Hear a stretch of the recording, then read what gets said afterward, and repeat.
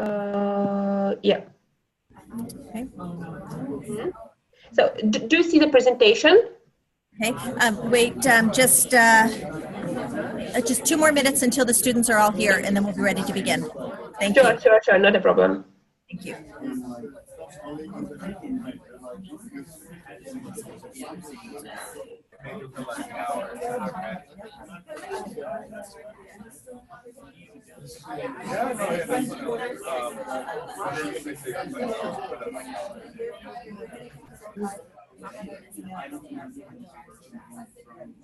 Okay.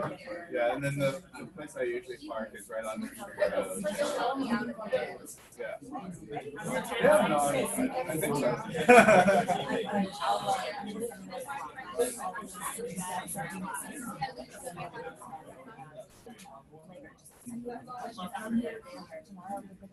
Okay.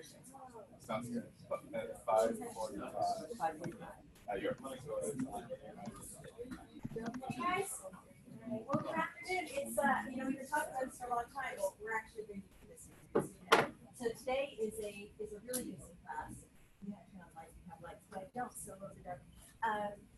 We're going to start with Alina and Hayan are going to talk to us from. Alina, where are you? Are you in Prague? Yes, in Prague. Thanks. And Hayan, where are you? In Prague too. Yeah. Oh, okay. Just different locations. The time difference isn't quite as bad as I was thinking. So, oh yes, it is. Sorry. Okay. Home by now, but we'll get through this a little bit faster. So we're going to have them present first on the itinerary and answer any questions you have.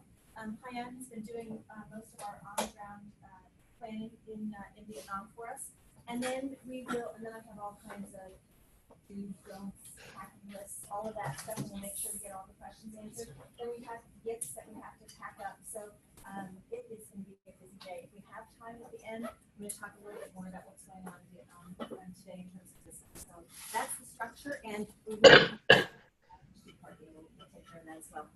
Okay, Alina, Hayan, we're ready for you. Great, thank you. Okay, good. So hello, everyone.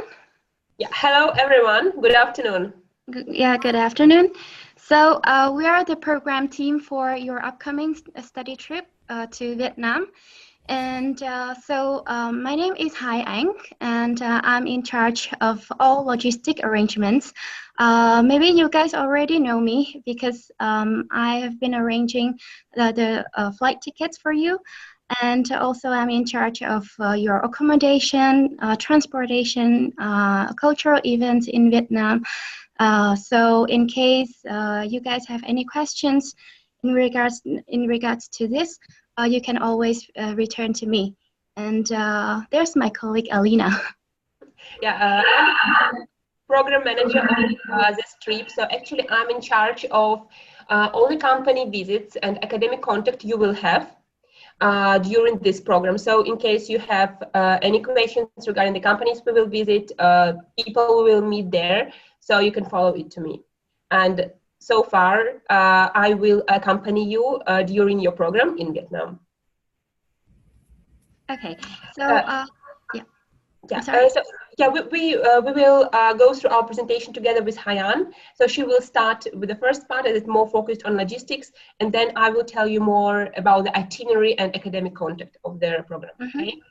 Yeah, so the purpose of this orientation talk is for you to get prepared for this trip better, and for you to know what you should expect from it, and what we also expect from you.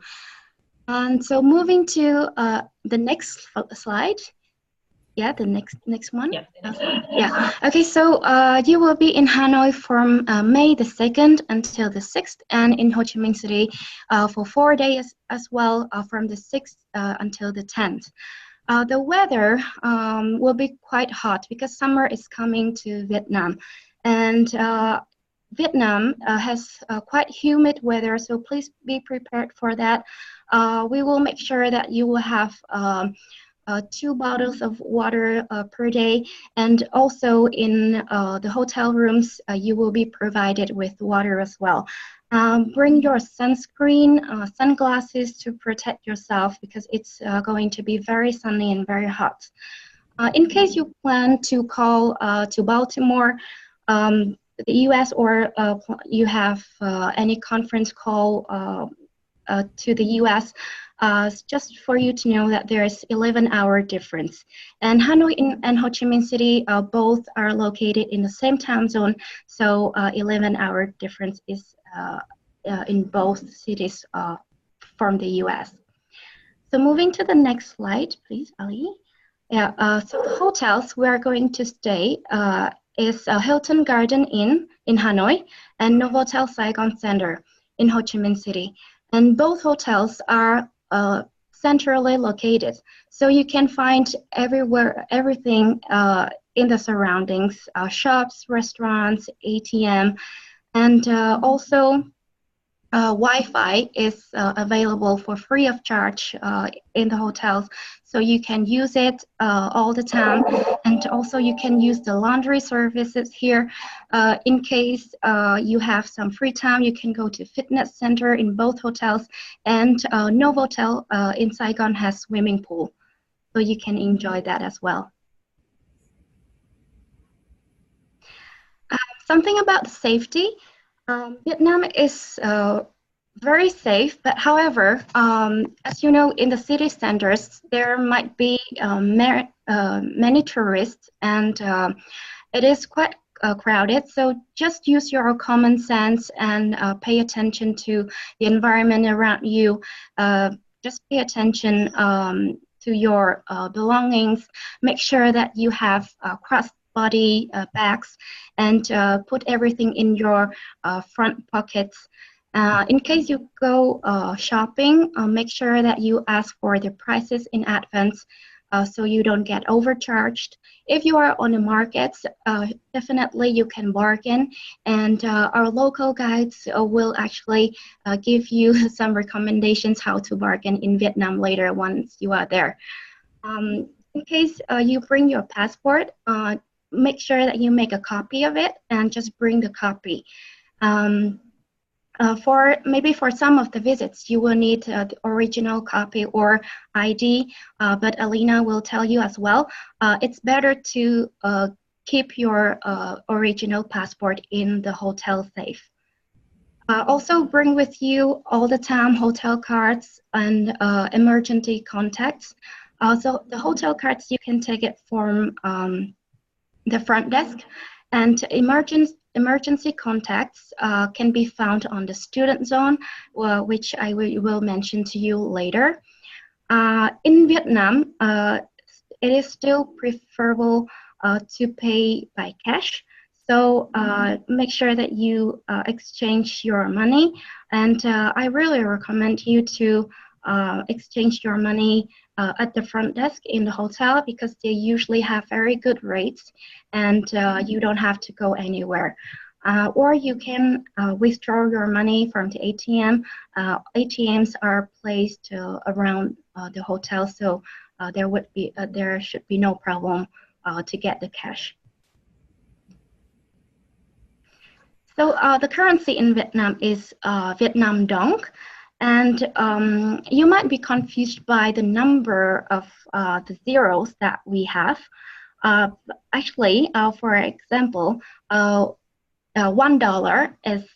can be exchanged to 22,000 Vietnam Dong. And in regards to daily cost, it's very cheap. So depending on where you go to a restaurant, or what kind of services you use, but usually the daily cost should not exceed $20 per day, and that's already included the meals and the taxi, for example. You might be wondering if you should tip in Vietnam. It's not expected at all, but in case you are in more touristy areas, the tips can be very appreciated. So in Vietnam, the public transportation is not developed either in Hanoi or in Ho Chi Minh City. I don't recommend you using the buses because the timetables can be very confusing and it's not developed at all. So the best way to use the transportation in the city is to use taxi. And on the picture, it's actually Myling brand, which is quite okay to use in Vietnam. And also you can download application Grab. Grab is now very famous in Vietnam. Everybody uses Grab because it's very quick, convenient. It's something like Uber. Actually, Uber also worked in Vietnam, but just a week ago, Grab actually bought Uber. So now we have only Grab in Vietnam as the taxi provider, where you can use the application to order the taxi. For mobile network, you can check with your operators whether the data can work in Vietnam, or you can buy a SIM card, but I don't actually think it's needed to buy a SIM card. Just check with your provider if you can have some data in Vietnam, and you should be fine for a week. Hi, Ann. I have a quick question. Please. If we use Grab in Vietnam, will it only bring us the legitimate taxis? Does it keep away the taxis that rip people off? And does it tell us the rate we'll be paying ahead of time? Yeah. It's actually, it works like Uber. Because you just enter into the application where you want to go, and then it will give you an estimate cost. And actually, the final cost that you are going to pay should not exceed that estimated cost. Perfect. Thank you. Yeah. Okay, so in case you have any questions, just jump in and don't hesitate to ask. Another slide. So about the Student Zone app, it's actually not an app anymore because we have it as a website, which you can actually save on your home screen, and it will work offline. So please make sure that before you go to Vietnam, access to the website on your mobile and save the web page on your desktop, on your mobile desktop. So all the data will be downloaded, and in Vietnam, in case you don't have any data, you are still able to see the itinerary, the emergency contacts, and also all the information and all the recommendations. So why the Student Zone app is useful? So you can find there all the information about the schedule.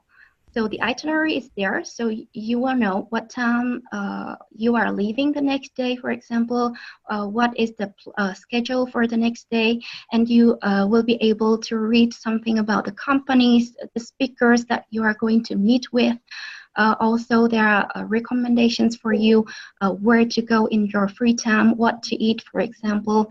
So it's very useful in case actually you don't need it, but just for your convenience, I recommend you to have it on your mobile phone. Just if I can mention, for you to understand, the Student Zone is the same platform you used for registration for the program. Okay, so it's not any app that you can download from the App Store. Just go to this website and save the link to your desktop. Then it will work offline in case you have any data during the program. Each time you will be online, the data in the app will be updated, okay? Mm-hmm. Yeah. So I will send you a leaflet about how to download this website to your desktop, so it will be easier for you. And so after this conference call, we will be sharing with you this presentation as well as the leaflet how to save the app.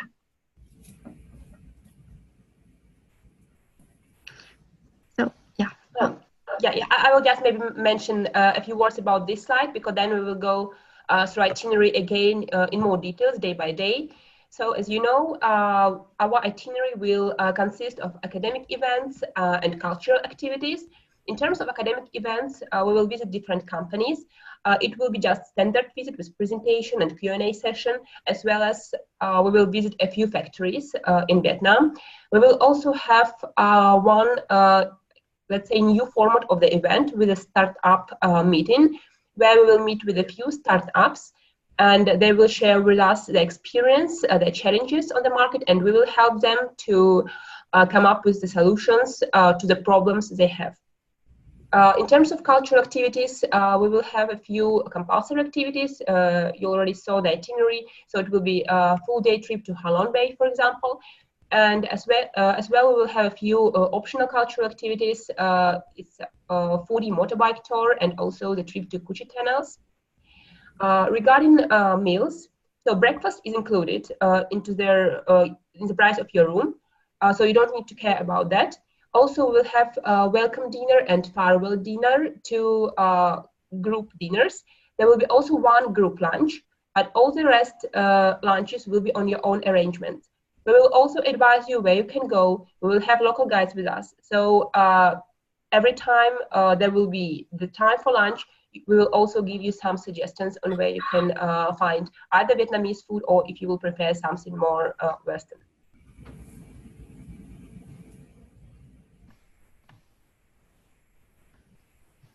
Yeah, so here is how the student zone looks like. You have different sections with the information about the companies. Yeah, so you actually, in the company section, you will find all the companies day by day, the ones we will visit.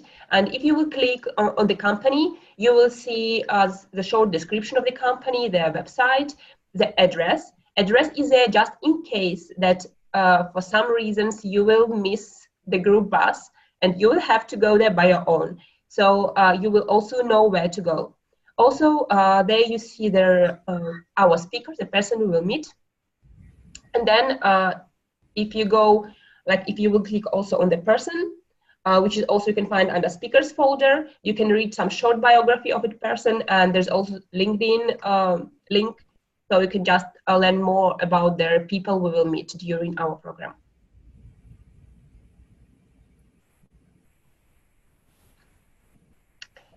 Okay, yeah. Hyan, you want to? Yeah, so here are the emergency contacts. Your main point of contact is definitely Alina, because she will be going with you from Hanoi to Ho Chi Minh City. And in each city, we will have one local tour guide, because they know the language, and actually they know the history, everything about Vietnam, so they will be able to tell you more about it. And if you see the panel on the left-hand side, actually, if you click on each section, for example, getting around, places to see, shopping, souvenirs, other information, you will be able to get more information from that. But just in case you need further information that is not listed in the student zone, feel free to ask the local guides anytime, or Alina. So here's some information about the hotel. You also have the phone number of the hotels in case you want to call them, or the address in case that you don't have the hotel card with you and you need to get back to the hotel. You can always find the address here. So I think we can go through this. Yeah. So now we came finally to our itinerary. You will arrive to Hanoi on the 2nd of May in the evening, and I will meet you in the airport together with our local guide. So here you see my telephone number, my Czech telephone number, and my Vietnamese telephone number as well. And of course, the contact details of our guide. Anyway, we will be there, we will meet you, and we will take you to the hotel. We will be in the hotel in the evening, approximately around 11 o'clock. And next day, we already start with our academic and cultural content. This trip will be very intensive, so be prepared for that. The first day, we have already first meeting with the United States Embassy. So for this meeting, you will have to have your ID card. Driving license is okay. You can also take passport. Anyway, I will remind you about that the day before the visit. After their visit to the embassy, we will come back to the hotel. You will have time for lunch. You will have time to change your clothes. And afterwards, we will go for their cultural event, which is called the Amazing Race. And it's kind of their more or less scavenger hunt, where you will have a chance to learn more about the local culture, and you will have some challenges you will have to fulfill. You will be divided into teams, and we will see which team will win. In the evening, we will have a welcome dinner together. So this will be a group dinner, and we will be back in the hotel around 9 p.m. I'm sorry. The next day will be even more intensive, as we will have two visits. The first visit to Piaggio group in the morning, which will be first of all the standard presentation with a Q&A session, and as well as their tour of their facilities. The Piaggio group is located quite far away from the hotel, so we'll have to leave the hotel early in the morning. Afterwards, we will go for, after the visit, we will go for lunch. Lunch will be on your own arrangement, but we will not come back to the hotel. So we will stop somewhere between the first and the second visit, and our guide will advise you where you can go. It will be definitely some place with a lot of restaurants, so you will have enough choice for food. And then in the evening, we will have the startup event, which will be quite long, approximately 2.5, 3 hours. I will still send you more details also about this event. It will, let's say, it will have the form of a more discussion and activity. First of all, you will get some presentation about their startup environment in Vietnam, a startup ecosystem there. And then you will be divided also into teams, and you will work with their particular startups, which will share with you their experience and then their challenges, and you will help them to come up with some solutions for their problems. I will still have to share with you this information, and I will try to send it to you as soon as possible. But for you to know, you don't need to have any big home preparation, nothing like that. Just for you to know which startups you will meet there. We will be back in the hotel approximately at 6:30. Usually, there is always a delay, so maybe at 7 o'clock, and you will have a free evening for yourself.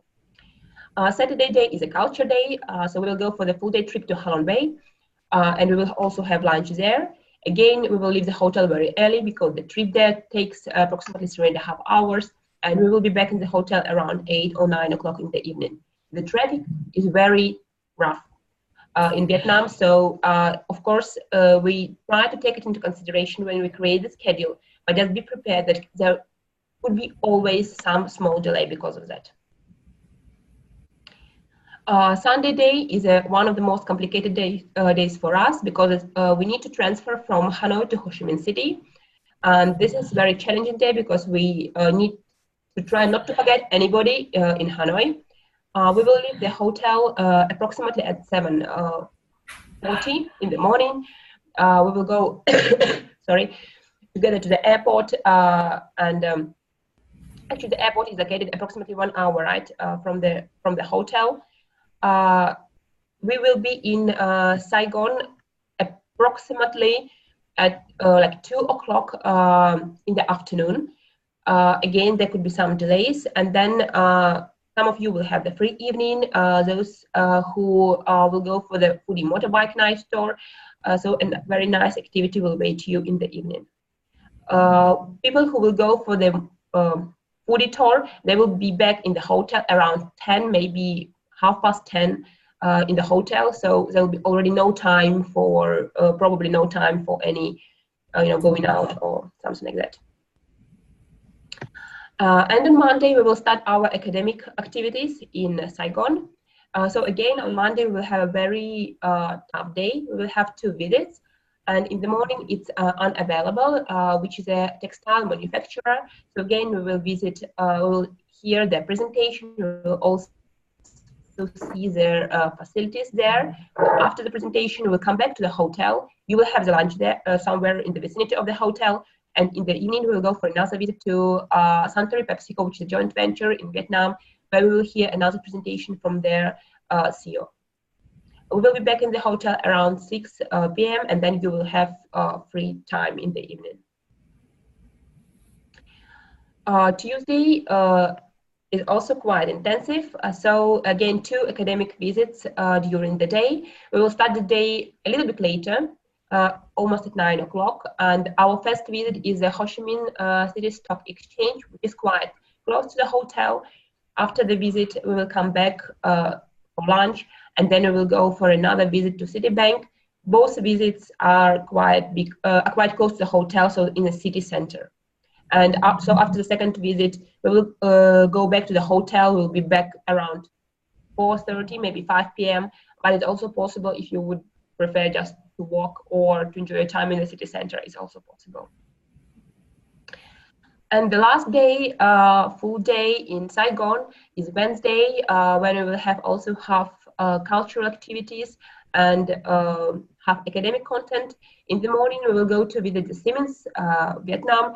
It will be their office, so no manufacturing will be seen. We will hear the presentation about their challenges in Vietnam, how they participate in innovation of Vietnam, about the manufacturing 4.0, so about the innovations in manufacturing, but no, as I mentioned, no plant will be visited.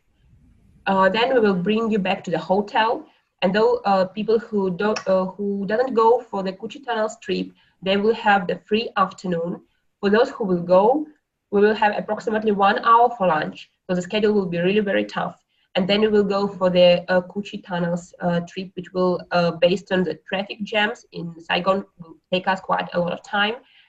After the Cu Chi Tunnels trip, we will come back to the hotel for you to change your clothes, and the rest of the group will be waiting for us already there. And then all together we will go for the farewell dinner, which will start approximately at 8 o'clock. So far, the time will stay a little bit flexible because it depends really on how late we will come from the Cu Chi Tunnels, but you can count on 7:30 or maybe 8 o'clock. And on Thursday, we are leaving, so your flight is quite early, so we'll have to check out around 4:30. This day you will have a boxed breakfast, and I know it's not the best way of having breakfast, but unfortunately we cannot do anything with that. Again, I will take you to the airport together with our guides, and hopefully we will have a very good trip without any major problems. So the day of your leaving, you will have a lot of memories and very good experience from Vietnam.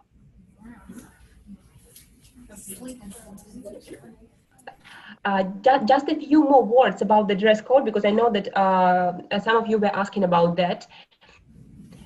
So our dress code by default for all the visits is business casual. Business casual means that you don't need to be like in a full three-piece suit, but just a trousers, blouse, or some shirt is enough. Tie is not necessary. Business shoes is the best option. Also for girls, it's better not to have any open toe shoes or shoes with high heels, because we will walk a lot. So if you don't want to get tired, it's better to have something on some flat shoes.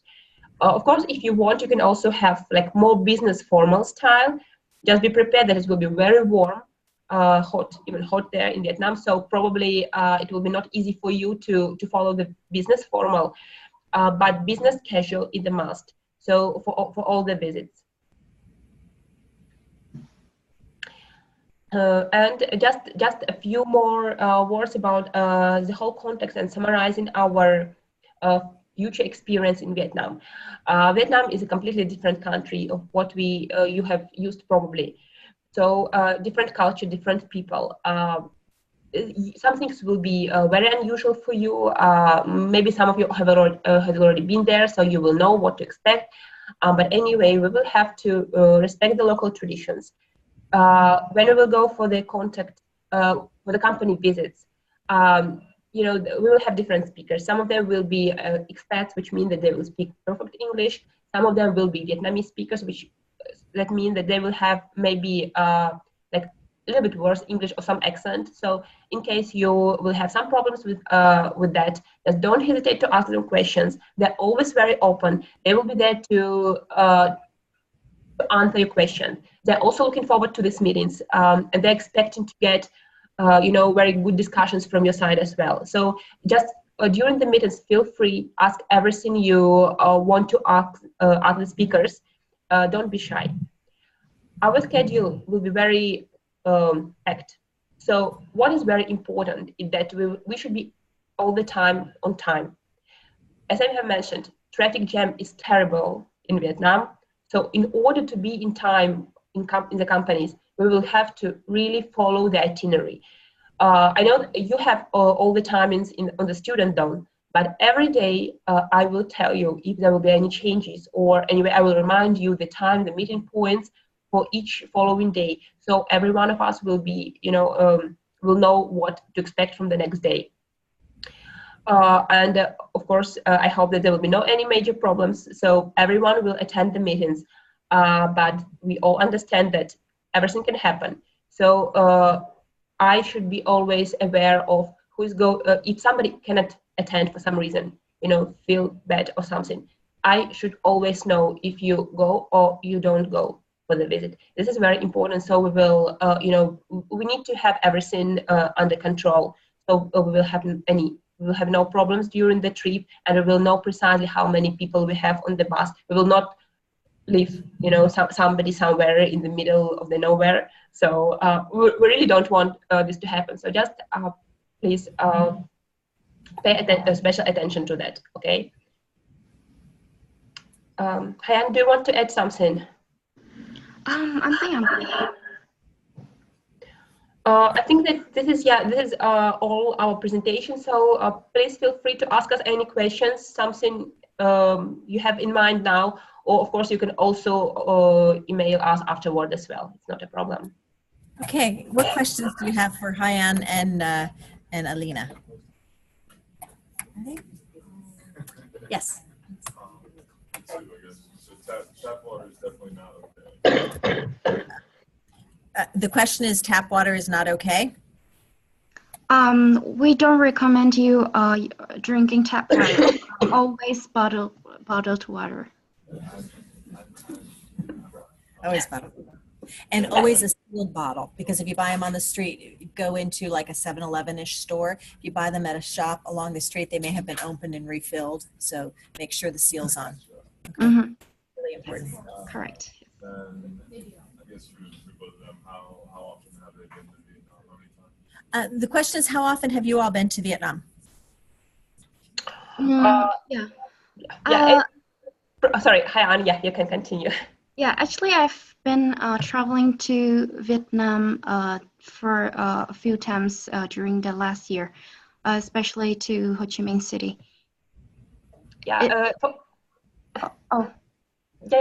me, it will be the second trip to Vietnam. So let's say maybe I will be also, some things will be new for me as well as for you. Mm-hmm. Where we use local guides there as well. It's important. What else? Connor? What kind of bus will we use for transportation, in particular to Halong Bay?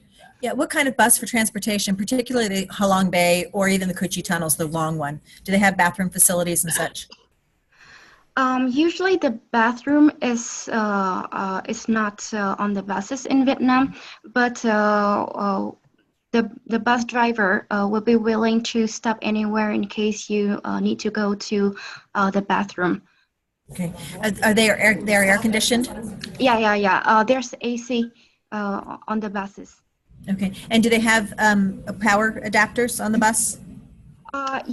Usually yes, but let me double check on that. But usually you're asking about the adapters or the socket? Sockets, yes. Oh yeah, the socket is available at the driver's seat. Oh, just at the driver's seat. Okay. Yeah, so no. Yeah. What else? Yeah, yes. Yeah. For things like the Amazing Race and Coochie Tunnels, do we need closed-toe shoes for that, or can we be a little more casual for those things? Yeah, for the Amazing Race, we actually recommend you to wear something comfortable. Yeah, and for Coochie Tunnels, please wear something that is, for example, closed-toe shoes, because we are going to the forest. So and bring your repellent with you when you're going to Coochie Tunnels. I recommend tennis shoes for both of those. Tennis Yeah. shoes are good casual shoes. Yeah, but otherwise, there's no dress code for these events. Just something really comfortable for you. Okay, Carrie? The presentation mentioned something about the electrical outlets at the hotel. Can you talk a little bit more about that and whether we need to bring adapters or whether our plugs will work there? For the hotels, do we need to bring the adapters, or will the US plugs work in the hotels? Actually, the hotels, if they don't have the international socket built in, you can always ask for adapters from the front desk. And they will bring it to you, and you can use it for the whole stay. So adapter is not needed. Bring them. Okay, what else? Will you send me a copy of this presentation as well so I can share the presentation with everyone? Great. Yeah, definitely, sure. Okay. Anything else for these guys before we hang out? Okay. Hyan, I will get numbers on tailors, and I'll send that to you later on today as well. Yeah, thank you so much. Thank you both very much. I really appreciate your time today. Thank you. Yes, thank you. Yeah. We'll see you next week. Yes. See you next week. See you. Okay, See you. bye-bye. Thank you. Have a nice day. Bye-bye. Yeah, Bye. bye-bye. Have a nice afternoon. Okay, let me hit on a couple of things that they talked about to make sure that we have this. Oh, first of all, Carrie, you had a question? I'm sorry. I'm not ending it. Continue to record. You still have an opt-out, so I'm going to keep recording it. Leg room on the flight. Do you know? Do you have a sense for how much? We're an economy, and it's called economy. I mean, you've all flown on like Southwest and stuff, right? So I wouldn't expect anything fancier than that. I'd have to look at what the pitch numbers are for the plane, but I would expect something like that. But get up and move around. And I'll tell you at the airport, you do the rotate your feet kind of thing as you're there. Either get up and walk around, or every hour or so, rotate your ankles, move your feet back and forth, because blood clots are a serious thing. And we're going to be doing a lot of flying in a very short period of time. So most airlines are really good about letting people gather in the galley and hang out back there and stretch and move around a bit. But you should get up and walk pretty regularly on the flight, or at least move your feet around, bend at the knees, those kinds of things, just to be sure that you don't develop any problems that might persist. So, we're leaving pretty early in the morning. For those of you on the bus, you're meeting at 5:30 in the morning, and we're not going to get into the equivalent of 9:30 the next day. So 28 hours of travel. So it's going to be a lot of travel. You're going to fall asleep at some point during that. So unless you really have sleep issues, think twice before you take anything on the plane, because you see our schedule gets pretty intense really quickly. And we're getting in late at night. You're going to want to go to sleep once we get there, because we get going pretty quickly. So think pretty hard before you knock yourself out on the plane, because you may have trouble sleeping once we get there, and then you're going to really be off. Yeah. So the pitch in the industry, that's the distance between your seat and the seat ahead of you. That's exactly the same as what's on a Southwest plane. The width will be 1 inch wider than a Southwest plane. So, but basically, your experience is going to be similar to being on a Southwest plane. You can upgrade to business if you want. It's a lot of money. You can buy a lot of stuff in Vietnam. You can spend to upgrade, but that is an option if you want to. But I know that. I urge you to bring your driver's license, and I usually don't. I usually just use my passport. But there's a couple of places we're going to have to use we're going to have to show an ID. and they'll take driver's license. Some embassies don't, but in Vietnam, they'll take our driver's license instead, and that allows you to leave your passport locked up in your room in the safe, and I highly recommend that, because often we're going to go to a visit, and then we're going to be out and eating, and then go to another visit, and if you decide to go out after that, you may not have time to go drop off your passport, and it is a hassle to lose a passport when you're abroad. So we do or do not need a photocopy then of the passport? Yeah, the photocopy bring as well. That's when you're just running around town, you don't want your driver's license. So bring your driver's license when we go to the embassy and one other visit, we have to show photo ID. Otherwise, I put my driver's license in the box as well and just travel with the paper copy of your passport. So the embassy won't take the paper copy. They'll take the driver's license to show ID. But then, other than when we have a visit where they want a photo ID, I leave that in the safe as well, and just bring the paper copy of your passport. Okay. Let's see. Oh, yeah, she talked about timing. One of the reasons I have you do presentations and I don't rush to try to get them done today, first of all, nobody's going to know what unavailable is 16 days from now, how many days we get there. But what we typically do is in the morning we meet for breakfast. If you're getting on the bus at 8:20, we're going to meet for breakfast at 7:45. You can get there earlier if you want, but at 7:45 we're going to meet, get some food, and then whoever is doing the presentation of the visit that we have that day, you're going to present. So once you come down for breakfast, you're not going to be going back up to your room. So come down in the morning, know that you're there for the duration until we come back to the hotel later. It helps us keep everybody on time, because really in Asia we have traffic issues for sure, but you also have the respect issue of being late. So we only wait 5 minutes, and you don't want to have to run up and get stuck in an elevator and then suddenly the bus leaves without you. There's great implications. If you miss a visit for anything other than the fact that we're taking you to the hospital because you're deathly ill, and you're deathly ill because you ate something terrible, not because you drank something. So other than those situations, it's a letter grade down every time you miss a session. So it's serious about missing a session, and we wait 5 minutes. So you want to come down in the morning ready to go, because I think the most annoying thing about traveling in a group is when you wait for people. It just gets old really fast, and everybody gets in, and you're tired anyway, so we just don't want to get in. So we don't wait. Let's see. Oh, money exchange. So I'm going to bring a couple $100 in U.S. dollars, and I'll use that. Some places take U.S. dollars. I never exchange money at hotels. Instead, I bring a debit card and call your credit cards ahead of time. Make sure they know that you're going to be in Vietnam. But debit cards work, and our first hotel, there's a bank right around the corner. And if we don't see a bank in the airport, which I usually do at the airport, but if we don't see one in the airport, I'll probably go there that evening and change some money, so I'll get some dollars. The way I think this exchange rate is top 22,700. We can use your calculator, but I kind of think in terms of 20,000. So, divide by 20,000, if it's 50,000, it's about $2.50 when you get one of those bills. So keep the exchange rate in mind. Bargaining is really fun. Our guides are typically really good about helping us. Sometimes they'll even come into markets too. You want to bargain hard, but you don't want to bargain and be the ugly American. So you know when it's time to walk away, and they may come after you, or there's always another place selling the same stuff. I was talking to Dennis, and he said, I don't know if you mentioned it here, if there was a private talk, and I get this all the time, but regardless, if like a restaurant, so I would like to use my credit card as much as possible, that way I minimize the amount of money that I have to exchange and everything. So Dennis said that for say restaurants, if they're gonna take credit card, they'd have like a Visa or a MasterCard sticker up front.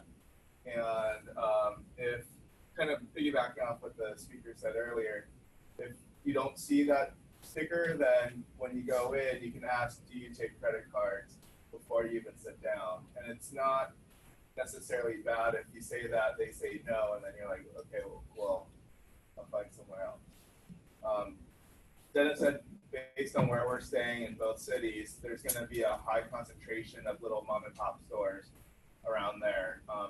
And depending on the restaurant, there's going to be a lot of, some of them are going to take credit cards, but a lot of them won't. So you just want to be careful. If you're cool with just paying cash, because it's only going to be a couple dollars here or there, depending on what you get, that's cool. But again, for me, I'd like to use credit card as much as possible. He wants his airline miles. make sure that if you sit down in the restaurant, make sure you see prices on the items. You don't want to be overcharged later. If there's like issues with tax, you want to make sure that they have prices. They talked about hotel cards multiple times. These are just like, they look like business cards. They're going to be right at the front desk when you check in. I'll try to remember to hand you all a bunch of those cards.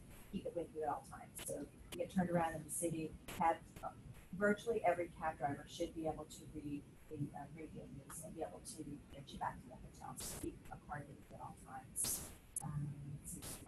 Several of you asked about a tailor, and I talked to Hyan about it, and she said that when we get to Ho Chi Minh City, that is Sunday, I think we get in at 2. She made an appointment at 3 o'clock at the tailor's for us, and they will make things and have everything done for us before we leave. So if you are interested in going, and you don't have to commit that you're going to buy something, you may want to go look, raise your hand so I can give them a sense so they'll know how many people are going to be there. Okay. Lots. Everyone. Okay. For the Good question. The swatches, like I could have found, but pictures. Pictures fine. And originally she was going to have the tailor come to our hotel, which is really very nice. But I wanted you to be able to see and feel the fabric, so we're going to go to the tailors instead. I'll tell her the whole group, and if a few of you don't go, that's fine. It's a fun experience. It's nice to have stuff made for yourself, and they usually will come over at least once while we're there. That's why you want to do it really early in the week. They'll come over at least once for a fitting, and sometimes twice. And so you want to make sure things fit, and you need to tell them, oh, that lapel's too wide, or it's a little too tight. So you want to make sure it fits well, whatever you decide to Should buy. we bring cash to the store? I'll ask her for sure. I like tailored clothes, and so I usually use a credit card because I buy a lot. That's why.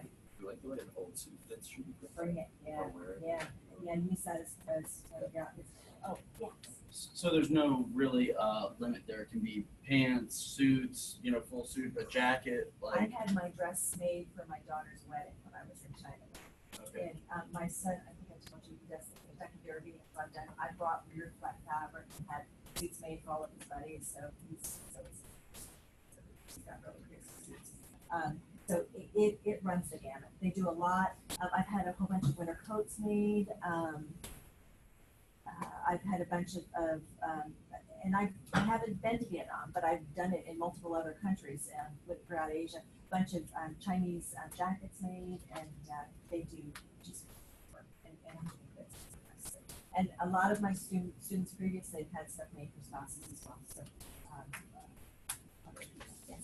Well, they have like samples of things that they can do. Like, I don't know whether they want to get anything, but if I can just go and look and see if there's anything. Now, I haven't been to this tailor, but ordinarily they have pre-made things for you to purchase as well. And ordinarily, when you go to the tailors, there are dozens and dozens of them. So they may take us to a particular one, but it's sort of set up like a market with booths. And so if you walk into one and you see 3 shops down something else that you like that's hanging up, it's usually perfectly fine to walk down there as well. The market should all be open. So maybe a dumb question, but would there be an option to, instead of bringing it on the plane, there'd be like a shipping option? Yes, that you can ship it out? there is.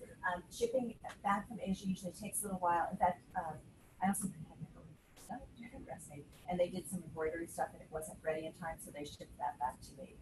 I think it took a couple of weeks, not tremendously long. The ties, we find lots of different ties. Most of those are pre-made, but they have some.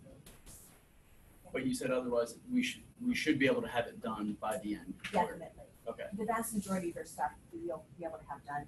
Usually they can turn it as quickly as 24 hours. You just don't want to take the chance that you go and try something on that's not quite right and we're getting on the plane the next day. So we do it early on and then you have a little more time. Oh, shirts, lots of monogramming on shirts and those kinds of things. So it's like a group thing where we're going to go all at one time and then go back and try it all one together, or what? Ordinarily, it depends on the tailor. Oftentimes, what they'll do is they'll have multiple people there. With this size group, they're going to have a whole bunch of tailors for us.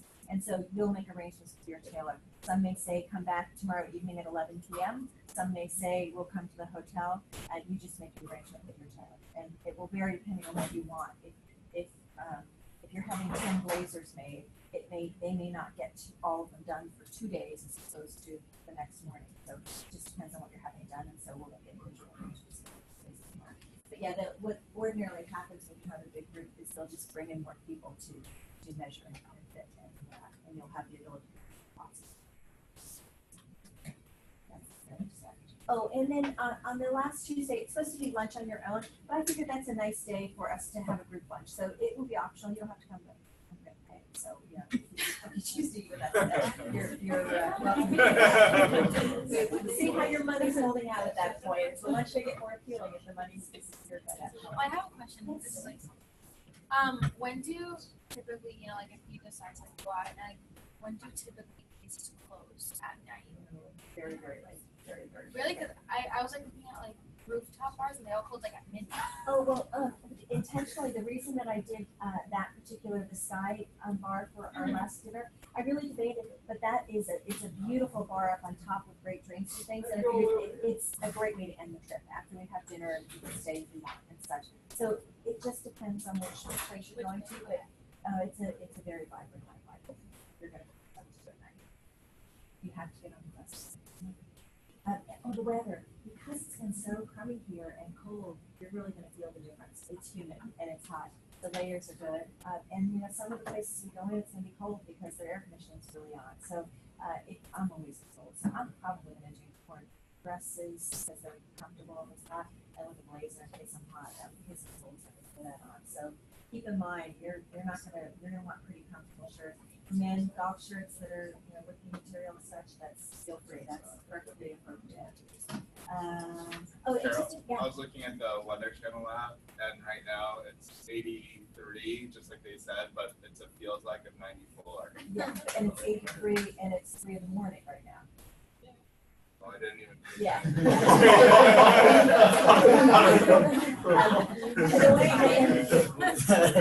Hanoi is in the north, Ho Chi Minh City is in the south, and Ho Chi Minh City is running in the mid to upper 90s. So and it rains every day. You can count on it. It's a tropical climate. So if you hate having your hair messed up, bring an umbrella or a hood or something. Okay, let's see. Those are my comments from her stuff.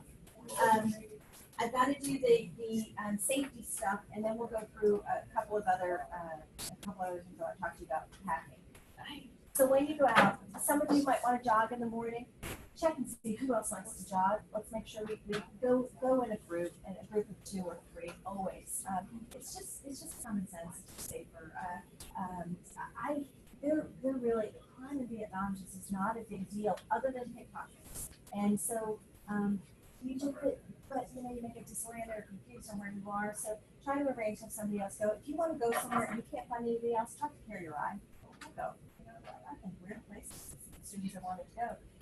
Because nobody else was really excited about going, and some of those turn out to be really fun trips.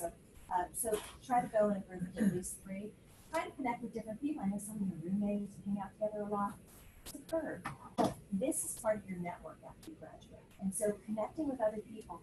And some of the most memorable connects are when you travel together. So work hard on trying to connect with some people that you don't necessarily hang out with on a routine basis. It will make the experience more memorable.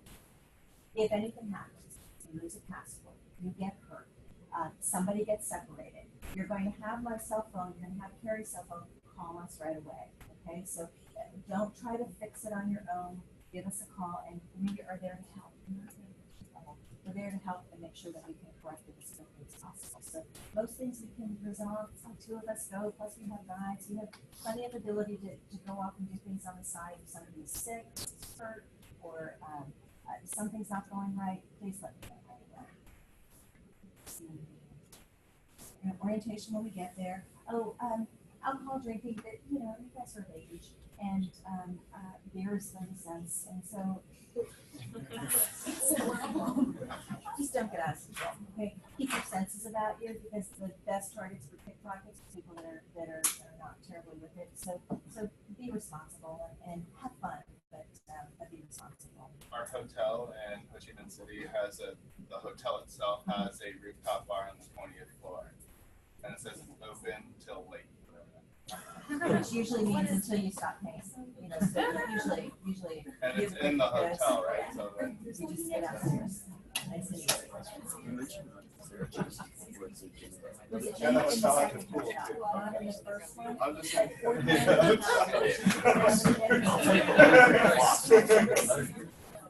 Let's see. Oh, Wi-Fi should work. So as long as you have a phone that's been was built in the last couple of years, if you have Wi-Fi calling on there, you should be able to call at no charge from your hotel room. So that's lovely. I have all your cell phone numbers. You have all of our cell phone numbers too.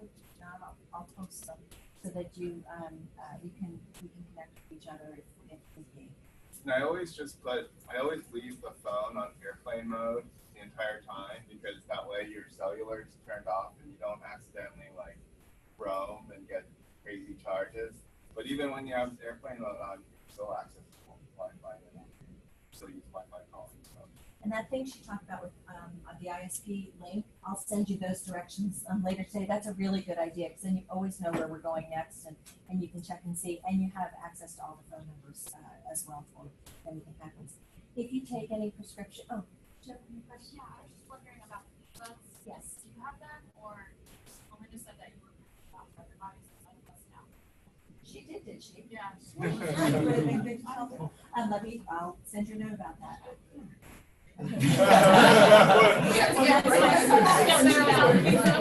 That's perfect. Okay, I'll check that, and you'll watch an email from me today about that. Good to know. Okay, I do have all of your seats. I have the original seats, unless you move them on the airplane. So I have all those. Along similar lines, so we just need like regular stuff for as if we're flying interstate, and then just our passport. Yeah. For when we show. Yep. Just all you need is your passport flying internationally, and then the visa when we get to Vietnam. I'll show you. Let's see. And if you are on medication that you have a regular schedule, try to keep that, even though we've got the time zone. So I always take it at 9 a.m. Well, 9 a.m. now is 8 p.m. So try to keep your regular schedule so it doesn't mess up your medications. Andre Kallenbach, who runs the international programs here, says vitamin E helps combat mosquitoes because they don't like the smell of it. Okay, so if you want to try vitamin E, you can do that. And with everything, remember, you are representing Loyola wherever we go. So you're not on spring break. You can see we've hacked the events. So there's a lot going on while we're gone. But there's still plenty of time to enjoy the culture. You'll be surprised how much free time you end up having, so that you will get a good sense of Vietnam. And part of the reason we picked this country is that it is more challenging. The roads are not going to be as good as they are in other places. And getting around is not as easy. The traffic is going to be an issue. That's the people you're going to be working with throughout your career. That's what they're experiencing on a daily basis. That's who you're competing against. And so to see it and to experience it, I think is part of the experience too. So don't get frustrated if we run behind. We will. I'm sure you will run behind. We never run early, but we regularly run behind because traffic messes us up on a routine basis. I told you earlier to register with the STEP program with the State Department. That's listed, so please do that so that we know that you're that you get any updates in case anything happens in Vietnam while we're there. Posted are all of our flights. Most of you are getting picked up at 5:30. Kelly's going to come in shortly to verify who's going on the bus, so she'll be here shortly. Let me run through a couple of other things, and then I've got a packing list I want to go through with you. So download the Smart Traveler. Copy of the identification page on your passport. We talked about that. Be comfortable on the plane. We are traveling for a long time. It's not a fashion show. Be sweats or jeans or whatever. Just be comfortable. They'll do the blankets on the international flight, but if you tend to be chilly, bring a jacket of some kind on the plane too. Being comfortable shoes. You don't need, if you wear contacts, it's 27 hours before you're going to get them out of your eyes, so it's not a bad idea to have glasses with you as well. Okay, travel light. We're going to talk about traveling in a few minutes. There is laundry. Yeah, Connor? With contact lenses, so I know you're not supposed to drink the water, but if you wash your hands before putting contacts in, should we use bottled water to wash your hands? I would, yeah. Okay. Especially because you're putting them in your eyes. So yeah, and bottled water is cheap there, so you're going to be able to, or you can leave your contacts at home. I had LASIK a few years ago, but I used to have a horrible time in Asia with contacts because of the pollution.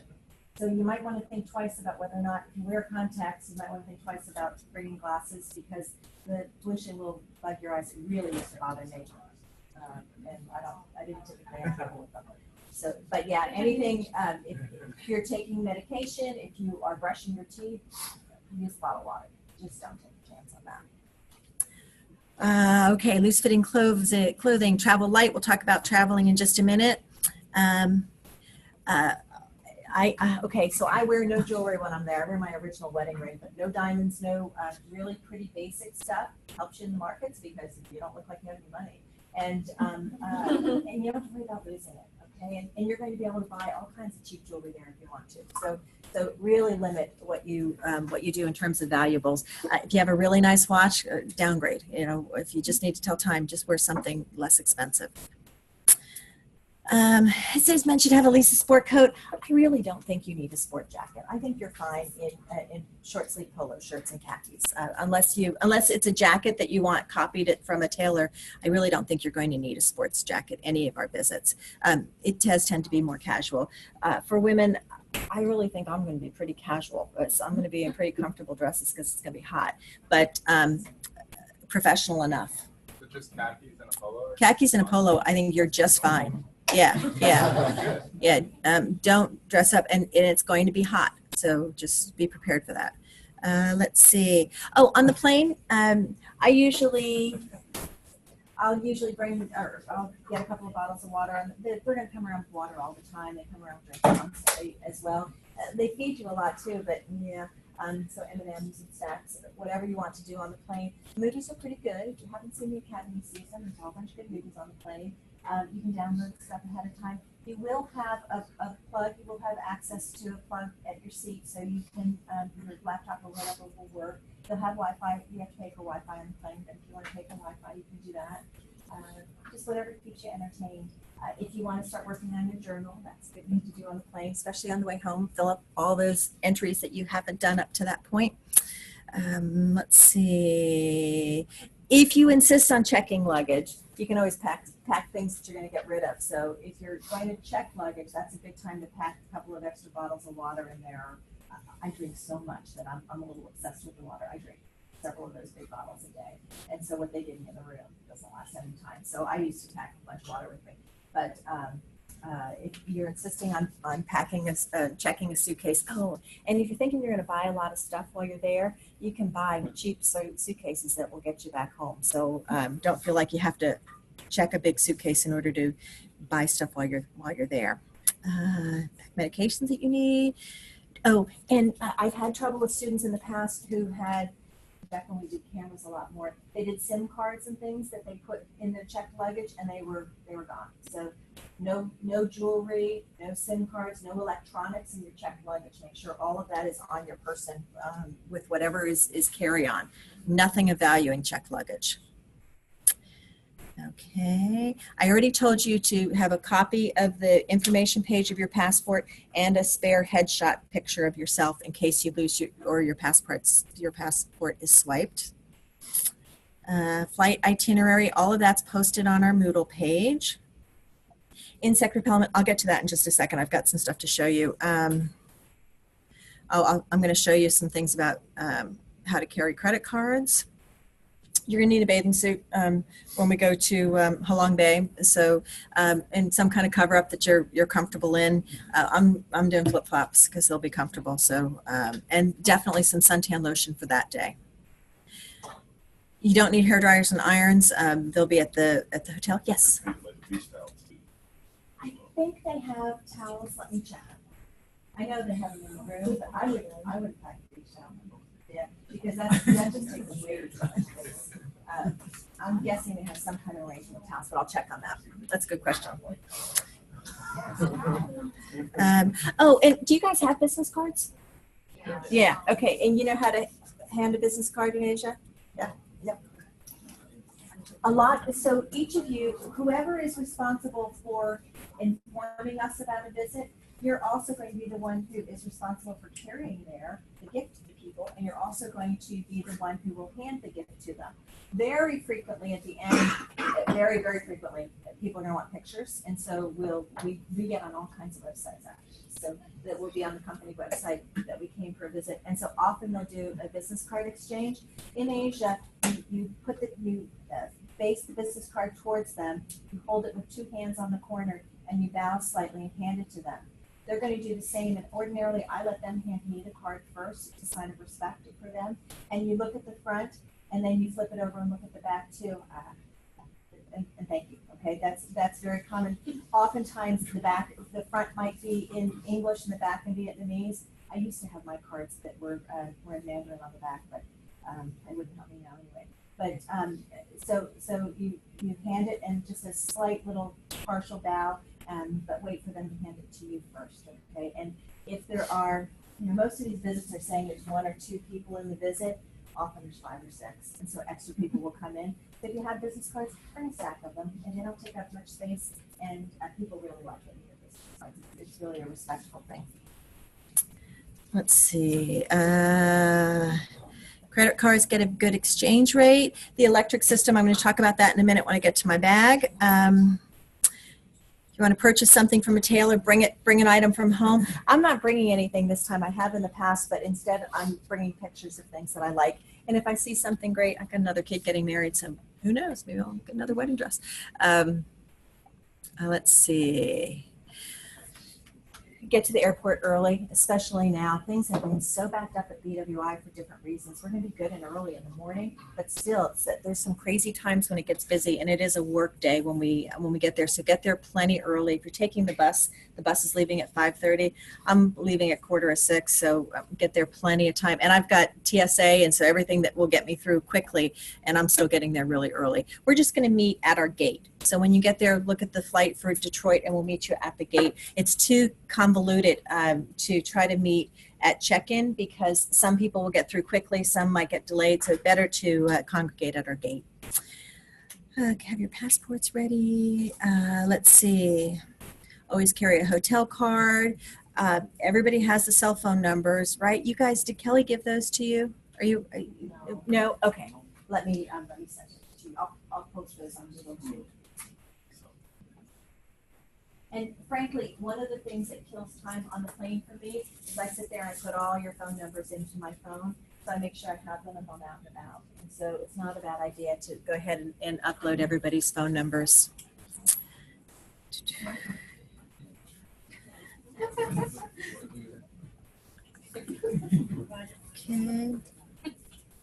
Oh, hey, Kelly. Hey, how are you? Is now still a good time? Yes. I went ahead and grabbed the phone because I just Come on in. You are way nice. Guys, got my work out today. How are you? So if you have your books from my office, come and get them.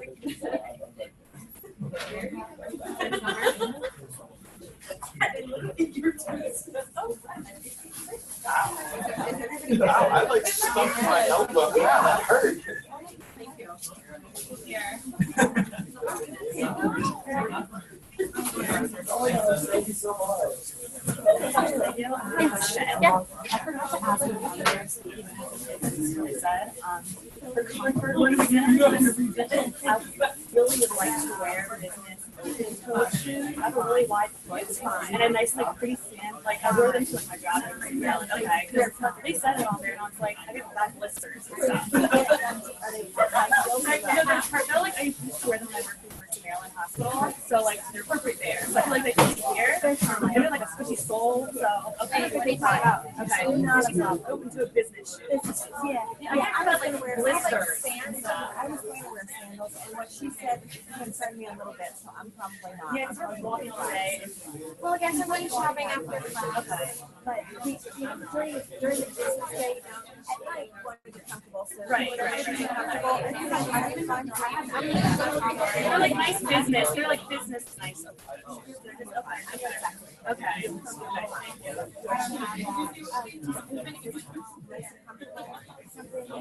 one question. Yeah. So I'm getting like pants. I have like, they're not like the long dress pants, they're more like khakis, but they're black and like they're like business material, but they're just up to here and with like a blouse. I got and like I think it's fine. Yeah, especially this. everything else is fake. This is only it's solid. But I never take it off. I never take it off. Okay. You're fine. That's not going to attract the honey. Yeah, I don't wear like any.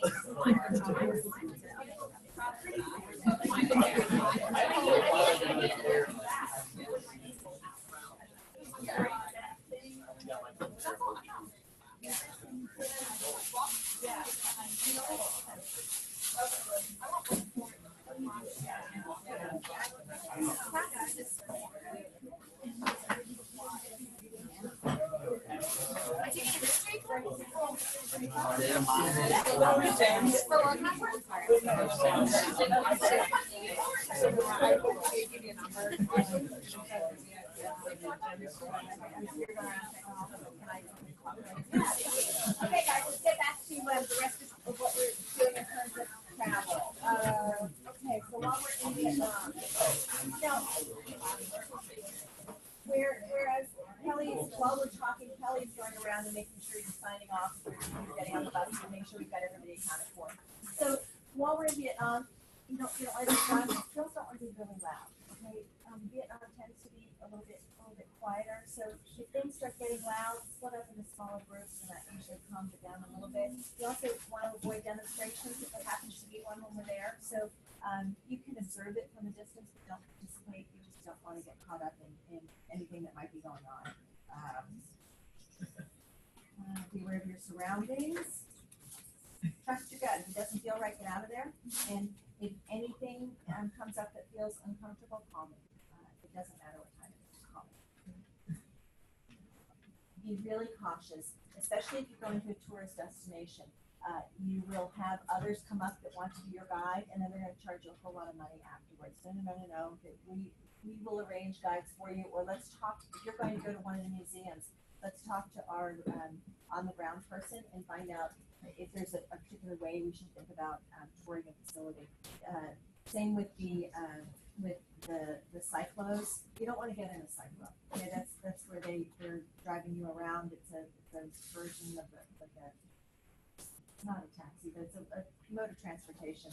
You don't want to get in one of those. You're going to get ripped off. I've had way too many students in China who've gotten in one and have been taken to a really bizarre place, and they had no idea where they were. It was dark, and the only way they could get back is to pay a lot of money. So take legit taxis. I love that Grab that she told me about. I hadn't heard of that. I'm going to probably use Grab because you're setting the rate ahead of time, and transportation is going to be cheap, and it's a registered person you're riding with. So that's even better than trying to figure out their taxis, because they have like 6 or 7 different taxi lines, and the fake ones are off by one little letter, or the letters are switched, and you're not familiar with the words, and so it becomes really complex. So think seriously about using Grab. It probably is going to be a good resource for us. We'll get the hotel card. Don't eat raw vegetables unless they're peeled. So peeled things in a salad would be okay, but I don't eat salads when I'm in Asia. Fruit is always peeled. So in the hotel and all, you're going to be just fine. And ice, you're fine because ice is all made in factories. Okay. Now I'm going to open my bag of tricks. So this is primarily, so I carry one roller bag that I take on board with me. I don't check anything. I do often on the way home. I usually bring something like this for my carry-on bag. My laptop fits in here. My ebook reader fits in here. My wallet. I don't bring my whole wallet. I bring 2 cards. I bring my debit card. I have a Southwest Air card to get my miles, and it charges me no international exchange rate. And I'll usually bring an extra just in case something happens. I leave everything else home, and I'll bring my driver's license. But none of my other credit cards come. I don't bring my health insurance card. I have that information on all of you, so I don't bring any of that stuff. So my wallet gets really compressed down. And then I'll release it. Okay. Let's see. So this will be in my regular bag. Small umbrella. It doesn't bother you to get wet. Okay, then don't bring one. But if you're going to be annoyed by a deluge of rain, and we could be walking out when it's just pouring, and they're usually quick storms, but it does pour. I packed this thing in my carry-on bag, and so then oftentimes if I shop, that's enough, and that becomes my carry-on the way home. So it's my second carry-on, and then I don't have to check anything on the way home either, because we get in at 12:30, and I'm just tired at that point. And so that works pretty nicely. That was my lunch. Okay, I get seasick, and also I also have trouble if you're in the back of the bus and the roads aren't good. So seriously, think Bonine is a decent one. I'll share it with you after I have enough, but I think I probably only have 3 or 4 left in the pack. So think about Bonine. I will have a little first aid kit with me. You don't have to bring one, so I'll have one in case you need Band-Aids or whatever. In the hotels, we're going to have normal Western bathrooms that you're accompanied to. When you're out, we may have the holes in the ground. Many of the places will not have toilet paper. Tissues are your friend. So I highly recommend you go to Walmart and get some travel tissues. I don't usually bring this, but I am this time just because you guys are all there. Imodium in case you're not feeling good. I honestly travel a lot, and I don't get sick. And I'm a pretty fussy eater, so and I try stuff all on the blog, but I'll have it in case anybody needs it. If you suspect you might not feel good, you might want to bring your own. This is a around your waist thing that I wear under a shirt if I'm out and about. It's a good way to hide your money, and you can't get pickpocketed very well. She said that you don't need to bring adapters. I always bring adapters. I've been in hotels that have run out of adapters, and they're cheap. I think Walmart, Kmart sell them. You don't need to go travel, and they're like $2. So grab 2 of those, and it's the I think they're called the adapters. It's 2 prongs, 2 round prongs. If you want to look at them, you're welcome to look at them again. So I always bring those. Let's see. And then this is the other one that I have. This goes inside your top, and so if you have to carry your passports in there, but money goes in here, credit cards, and again, they can't rip you off if you carry that. I typically, because I'm with you guys, and I carry insect repellent with DEET, and I'll have that with me. So I usually have a different bag with me too. Much as I like that thing because it's easy to carry, it's easy to rip it off. So I'll carry one of these. Go over to the Care Center if you want one of these. See if they still have any. But you may have them in one for everything.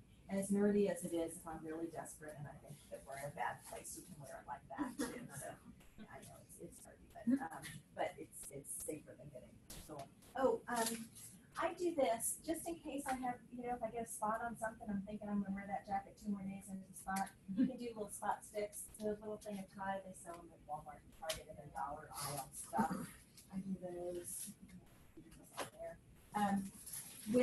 With insect repellent with DEET, and this is 4 ounces, so I can carry it on. This is a good strong one. And the big thing they say for Asia is not just to spray it on, but rub it on. So rub it on your ankles and your wrists, and rub it on your neck as well, and that helps too.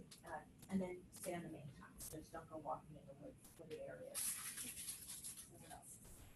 Oh, now I don't think you're supposed to be able to carry this on, but I do all the time. I keep this in my suntan lotion in my carry-on all the time, and I can get it through easily. But you can also do these little ones too. We're not going to be in the sun that much unless you're really horribly susceptible. The day that we're on a long day, you're definitely going to want some suntan lotion. The other days, take it from there. And some of the hotels I've been in before will not accommodate a 3-prong, so I bring one of these little jobbies so that you can convert a 3-prong to a 2-prong. And then if I don't have the right adapter, then I can plug this into the adapter. So it's not a bad idea to bring one of these just in case it won't accommodate your laptop too well. And I'll go through the list of packing stuff. So I started packing the other night. I've got 2 more trips between now and there. And then when we get home from Vietnam, I'm not going home. I'm going to an airport hotel because I'm flying out at 6 the next morning. So I'm packing for a lot of trips at the moment. So So what do you have to, so I'll post this later today. You can check up to 2 bags, which is much more interesting on the way home than it is going, but there's no charge for the first 2 check bags. You need your passport, you need your credit cards. You need 5 business outfits, but it's perfectly fine, or business casual. It's perfectly fine to wear them 2 or 3 times. It really is okay. So if you think you're gonna be too hot, change out the shirt or send it to the cleaners while we're there. I usually do jeans, tennis shoes, and I do some kind of hoodie. I'm always cold, so I do some kind of jacket on the plane. If you don't tend to be cold, skip the jacket. You won't need it for the rest of Asia. Bathing suit and cover up, shorts, flip-flops, whatever for the Halong Bay day. I question mark sandals because I wanted to ask her about it. I was planning on wearing sandals with dresses, but it's a little bit more formal than I was thinking. So I may have 1 pair of sandals for casual. Bring pajamas if you wear them, undergarments if you wear them. That was just to remind me, I'm probably going to bring at least 1 pair of black pants and tops that'll work with that, and then a pair of flats.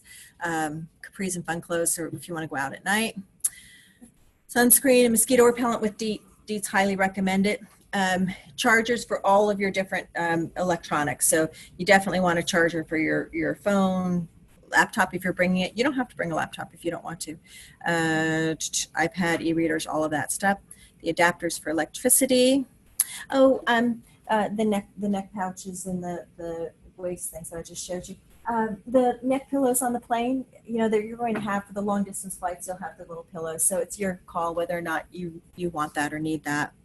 Laundry detergent if you want it. Some kind of backpack when we're out for the day. When we go to Halong Bay, that's a long day. You may want your e-reader or a book with you or something. And so if you have the bag, you could throw it in there. That can be your carry-on if you want. Gum, candy, snacks. See, you guys probably aren't going to bring sewing with you, but I make these nightgowns for my granddaughters, and I've got 5 of them to make before June, so I'll have sewing with me for all that time I sit. On the plane, when I land, my mouth is just disgusting, so you probably want access to a toothbrush and makeup. I don't tend to wear a whole lot of makeup on these long flights because it's just a long flight, so give your eyes a break and take it easy. The hotel should have shampoo and conditioner, but if you have a preference, then bring the little bottles. You can do the little bottles you fill instead of bringing big old bottles of it. Whatever toiletries and hair ties that you like. You know, you may, because you're going to be tired at times, you may get headaches and such. So Tylenol, Advil, whatever you tend to take, it's not a bad idea. Any prescription medications, definitely sunglasses. You're going to be able to buy them everywhere, but you're going to want sunglasses. An umbrella, workout clothes. There is a gym at the second hotel. The first one usually has gym relationship elsewhere. So if you want to go to the gym, it's a good way to kind of get going in the morning before, especially if that's your routine. But you should be able to jog. There's regularly Tai Chi nearby if you want to go out in the morning and do some Tai Chi. It's a lot of fun. Cards or Uno or any of that if you want those. I used to do the neck pillows, and I have all of the Bose headphones and such. I don't bring them anymore. I'm not terribly bothered. I'll just have my own headphones to watch whatever I'm watching on the plane. Suitcases nested, so if you have, you also have like the Vera Bradley kind of suitcases that collapse down that you can use to pack. Those work well too. Speaker gifts we'll get to in a minute. Oh, I have a book on Vietnam. I didn't bring that today, but I'll have it with me. It's a travel guide book, and you can always ask me, I posted a bunch of restaurants, but you can always look through the book, or I'm thinking about going to this place, and so always just feel free to ask me if you want to take a look at the book, but I'll have that with me too.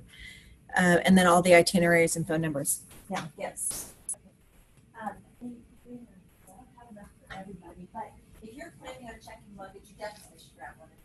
Even if you're not and you have a standard black bag and you get over here quickly enough, grab one of these and put it on your bag. It's really nice to be able to see the bags going around. If on our flight from Hanoi to Ho Chi Minh City, even the roller bags we may need to check. So keep that in mind. You may need to check that bag. So if you've got a lot of electronics, make sure you have a bag big enough that you can carry it on. It doesn't have to be in your roller bag. So grab one of these if they're helpful in identifying your luggage. Oftentimes you'll have a couple of people who will grab most of the luggage coming off of the carts off of the carousels, and it's a lot easier to spot. Other thing is that you all have responsibility for a presentation. there's people at those presentations. So what I'd like you to do is, if you know how many people are at your presentation, I want you to come in and grab a gift for each person at the presentation. There's gift bags and tissue paper. Here's some of the options. These are portfolios, and you have to carry this in your luggage. So that in mind, you grab big things. These are little external speakers. These are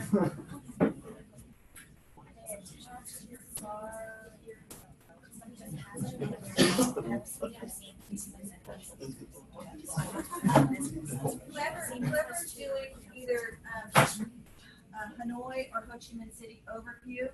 There's some t-shirts here. Those are really nice to do for our guides like Alina, those guys, because they often wear them again, so it's very promotional for them. So there's those. There's a couple of coaster sets. Those are particularly nice if you're doing a CEO.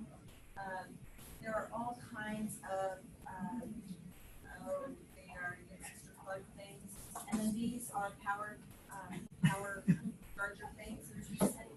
These are a couple of business card holders, and then there's some stuff that's kind of like fill-in stuff. These are just little flashlights, and these are pens that have the end that allows you to touch it on your iPad. So does everybody know? Oh, and so one person probably from each team needs to carry gifts for whoever we're going to be meeting with that you're doing the. So if let's say you are responsible for Siemens, so you and Andrew are responsible for Siemens. So if that were true, one of you needs to get a gift for the Siemens person. If there's two Siemens people, you can either both get gifts or one person carry both gifts.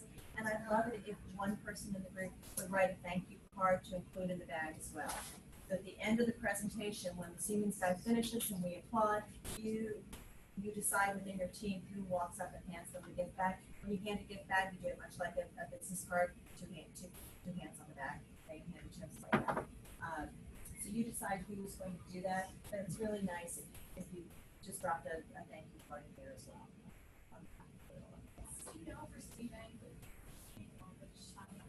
Is it up there yet? Hatch has one, Unavailable has one, Pepsi has one, and Siemens has two. Citibank is there. So assume two. Okay, assume two. If they don't tell you assume two, because very frequently it's two. And if you are doing the Hanoi or Ho Chi Minh, so you don't have anybody assigned to you, wait until everybody else grabs gifts and then grab a couple of items, because you are our overfilled. Oftentimes if you have a fourth or a fifth person show up, have you carry gifts too, and then we use those for the extra. Yeah. Sorry, can you say it one more time? I missed that. So if you have Hanoi or Ho Chi Minh, grab two gifts at the end. Okay, each person on your team. There should be a couple left. And so when we go to Siemens and they said there's only one person, we walk in the room and there's three, you're going to use your gifts. You're going to have brought gifts too. And then if there are three people, you're going to distribute them as well. Yours should be kind of the lesser gifts, because we'll have one main speaker and then a couple of lesser people. Lower level people. Okay. Let's see. What else do I have to tell you for sure? Okay, what questions do you have about packing and gifts?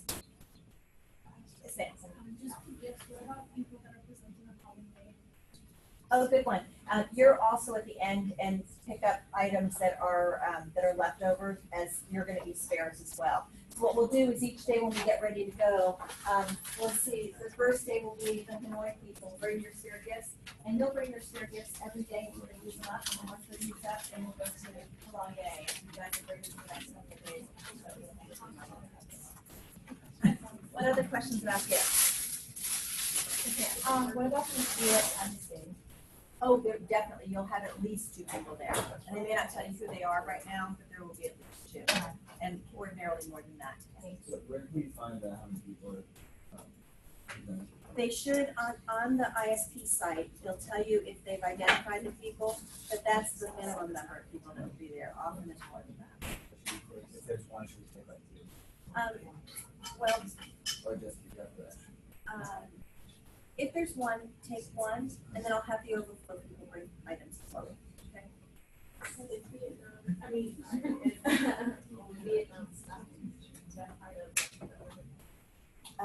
If they don't list a person there, oh, we're gonna have people there. So yeah, if you have Vietnam Stock Exchange, or you have a place that doesn't list anybody, pick up at least one gift, and then we'll have the overflow people bring items to those visits as well. Okay. Once we get there, we may have more information. And if overflow, if we haven't used anything for a while, we'll give gifts to our guys at the end. So that's how you don't go home. We are gonna give them away, but sometimes it's not always crystal clear who's getting what when we first start this. Okay. Any other questions about gifts? All right. At least one person from each team. Go and get gifts, and then let's talk a little bit more about presentation. I'm gonna probably end up having some huge load of homework. I said I'll probably end up having some understanding. Oh, that's fine.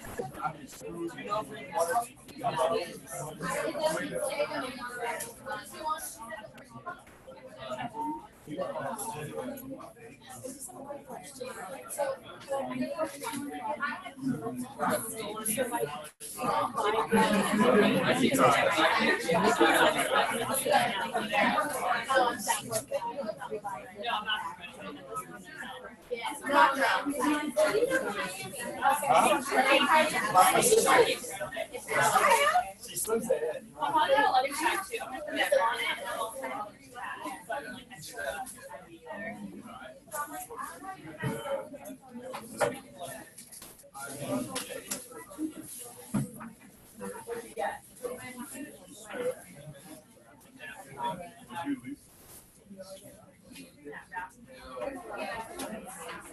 No, I'm saying that's all right. That's all right.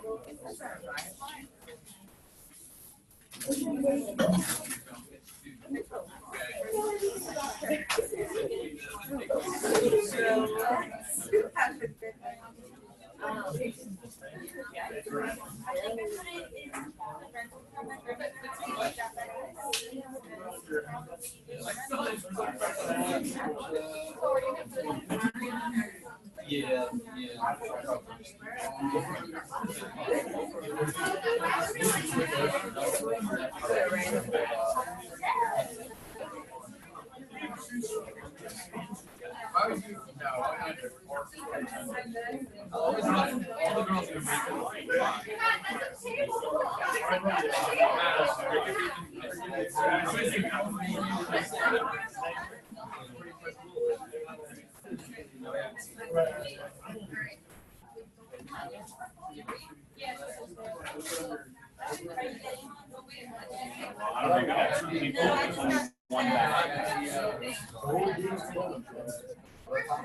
Yeah, so we're just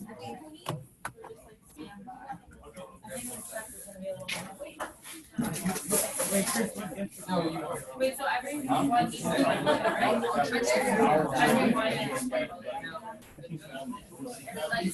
give the ours.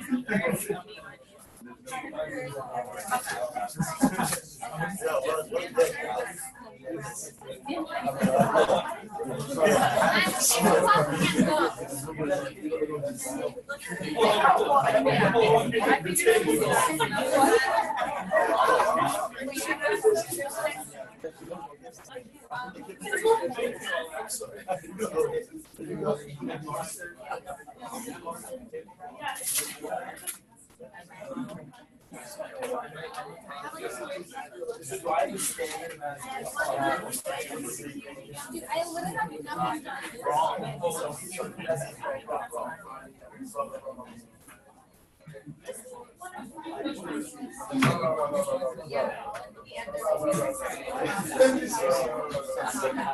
Here you go.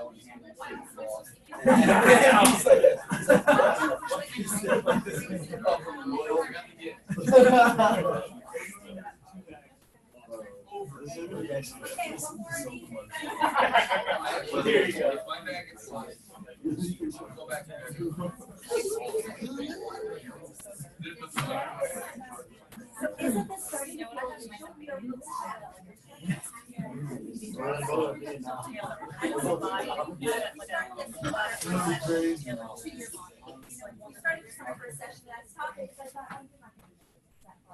But now that we're getting closer, I want to talk a little bit about what to expect in Vietnam, and then we'll run through an overview of Hanoi, and we'll run through an overview of the stock exchange. I'm not even sure they do the stock exchange. I'm definitely doing the embassy. Oh, sorry, the embassy.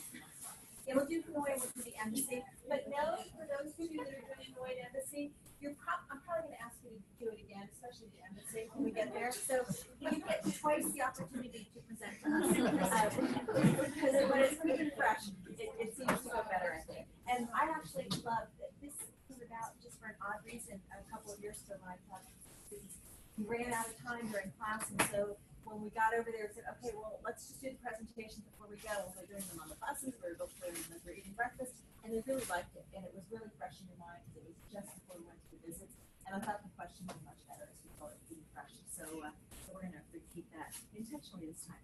So in 1994, the GDP in Vietnam was $355, so under $1 a day. Post, as I think Dennis said to us, Vietnam won the war but lost the recovery, and it was horrible. So the 1990s, the currency was weak, so they attempted to come in and manage the float. At that point in time, they upended coffee. Brazil was all about coffee. Vietnam started growing coffee and did really well, and now I think they grow about a third of the coffee beans in the world. They started doing clothing, really poor quality. They started doing furniture, really poor quality. They had shrimp. Originally, Vietnam was just post the war, just a group of people, and they tried to organize it. So they created these state-owned enterprises.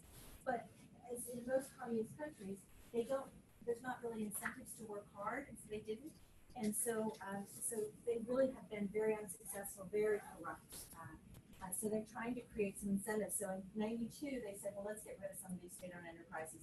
But in 18 years, they only got rid of, in 6 years, they only got rid of 18 of them. So they had a really tough time eliminating them. But they're improving. They're down to about, they're looking to get to about 250 here.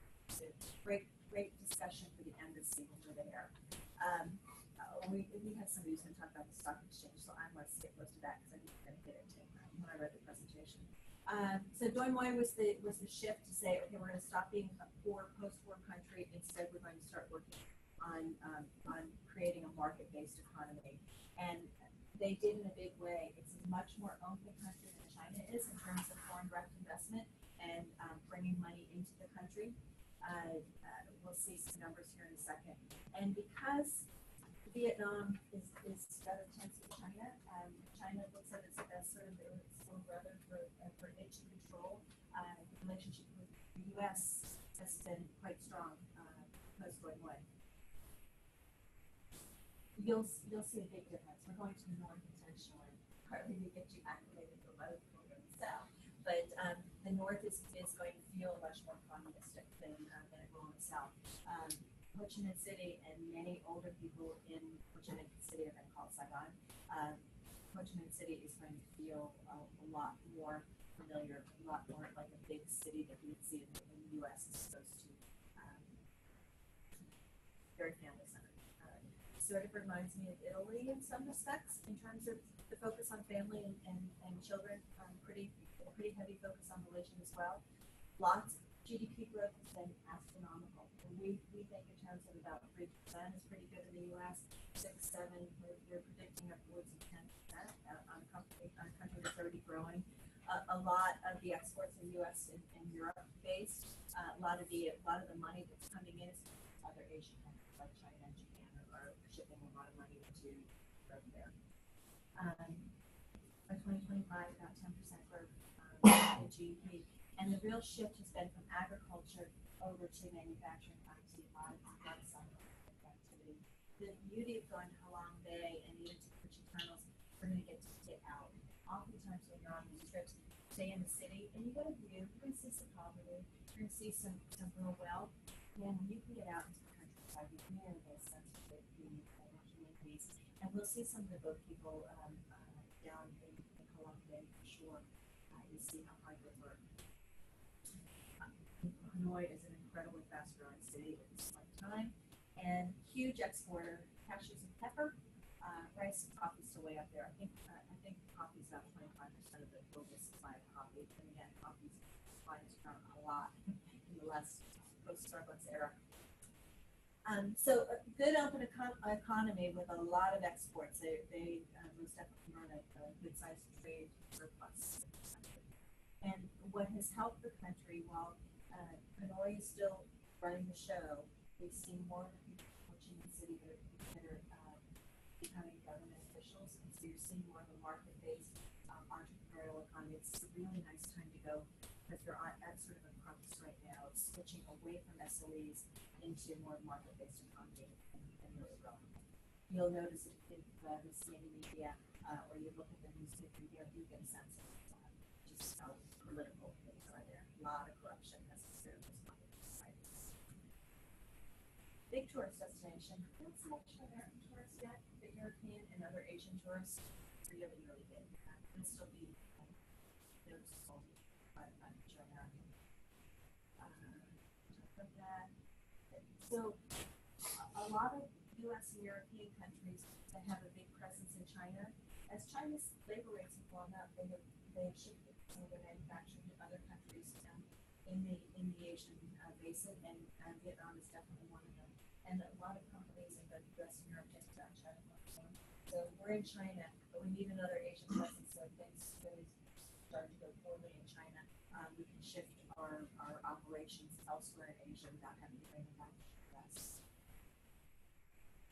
High tech, visits, infrastructure, roads always are an issue. Social welfare, it's not unlike China in that situation. Who takes care of the elderly? Not the government here. Not much of the pensions for children and the family sizes very small. Not good corporate governance issues, and you don't want to try to go bankrupt there. The political system is communist and it moves very, very slowly.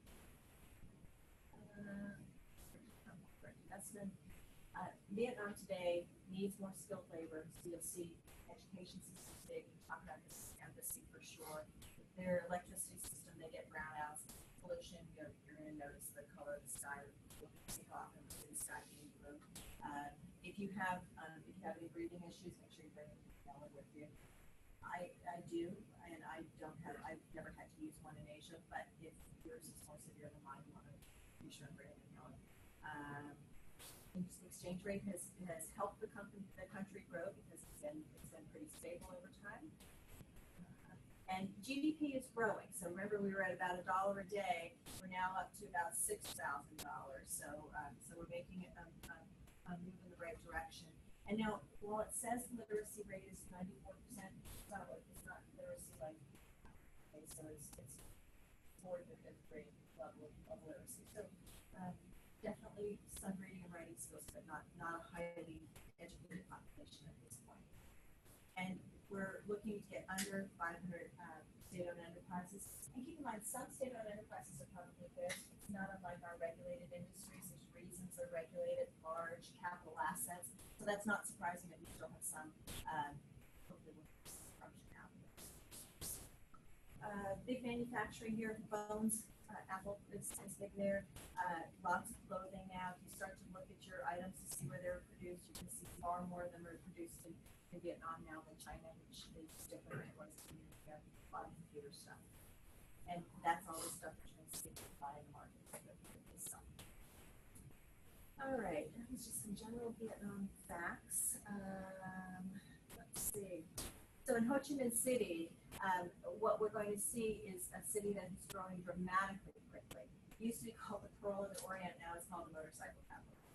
There's a lot of motorcycles there. And that's the area where we have to be most careful about crossing the streets. But the taxis, paying a buck to the taxi. It just makes so much more sense to take a chance on the roads there. And if you think about it, you heard Hyan say that the public transportation system is so horrible. How do we move big groups of people in a country that has so many people and such density of population? We need public transportation. My older brother was an engineer, and he worked in Thailand for a while, building some of their designs, roads. And he was in Vietnam at one point, trying to work with them on developing their public transportation system. And it's just too rough. The company worked for him was able to make it a good way. But they do not have good public transportation. Everybody I love when I'm in Asia is when you can see who finds the motorcycles that have most different people on it. And it's not unusual to see 5 or 6 people on the same motorcycle. So in Vietnam in general, there's about 1 for every 4 people. In Ho Chi Minh City, very large city, there's 1 for every 2. So there's a lot of motorcycles there. They do not allow trucks on the road until late at night, overnight when there's not so much traffic. It impacts the business because you can't get deliveries during the day, and pollution is bad. Although it would be worse if these were all cars instead. Internet's huge, so we'll find internet capacity pretty much everywhere. 2017 was a really good year for them. They had the APEC summit with all of the world leaders were there. They also had the big typhoon, incredibly high growth, and tourism is growing, and they're making a real concerted effort to crack down on corruption. It's still communist, so it's not cracking down like it could be. Here's the dates of traveling. These are things I want you to keep in mind short term.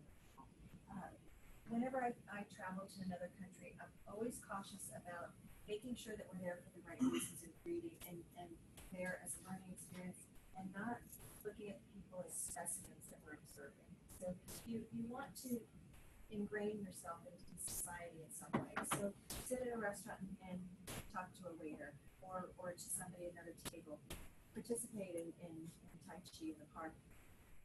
Become immersed without being somebody that is looking for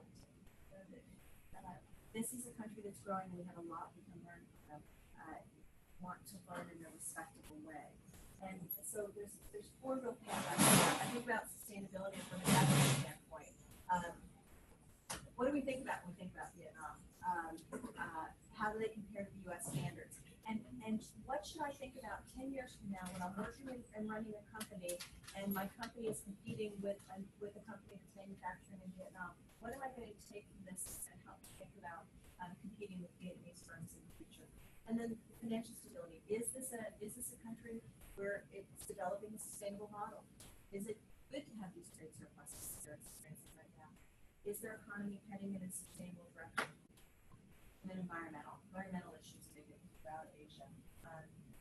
Look at what you're seeing. Look at when we're at the embassies, talk about the quality of seafood that we're exporting from Vietnam. How is it compared? What kind of issues are we experiencing with the rivers and lakes there? One of the prettiest places in the world I've ever been is Phuket in the Philippines, and I saw just recently that you can't go there now because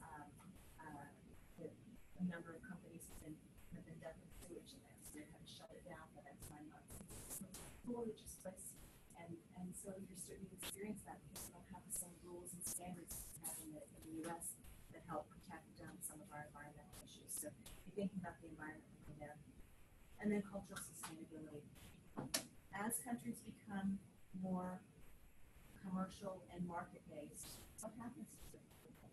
And is it a good thing or not? These are nice issues to be thinking about as we're traveling around Vietnam. It's going to be an awesome trip. You're going to have a moment of time. And I know it looks kind of really busy during the day, but there's plenty of time to experience Vietnam away from just our sessions. I think it will be a life-changing experience.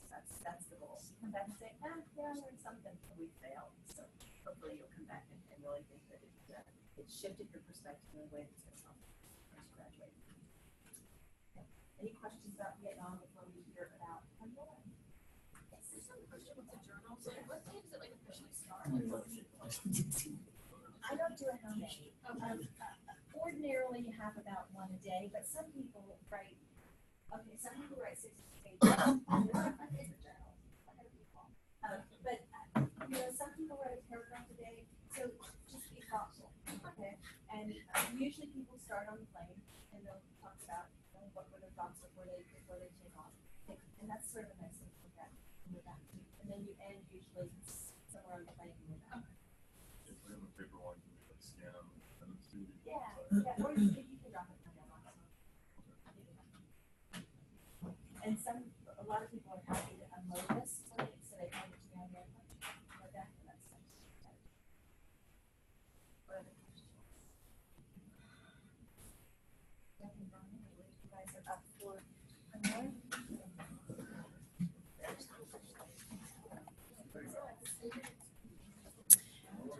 Do you guys have it on the thumb drive? No? You can get it? Great, thanks. Okay, this is working. What the heck? Is this the Hazel? Oh, is this?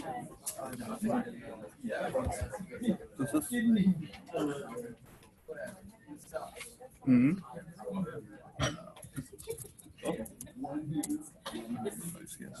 I thought I did this. I was like, oh no, what are you doing?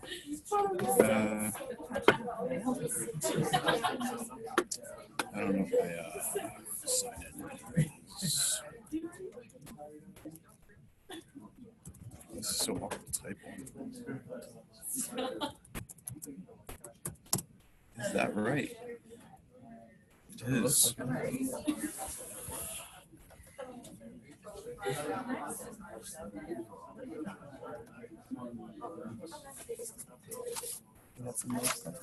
Got some speaking notes.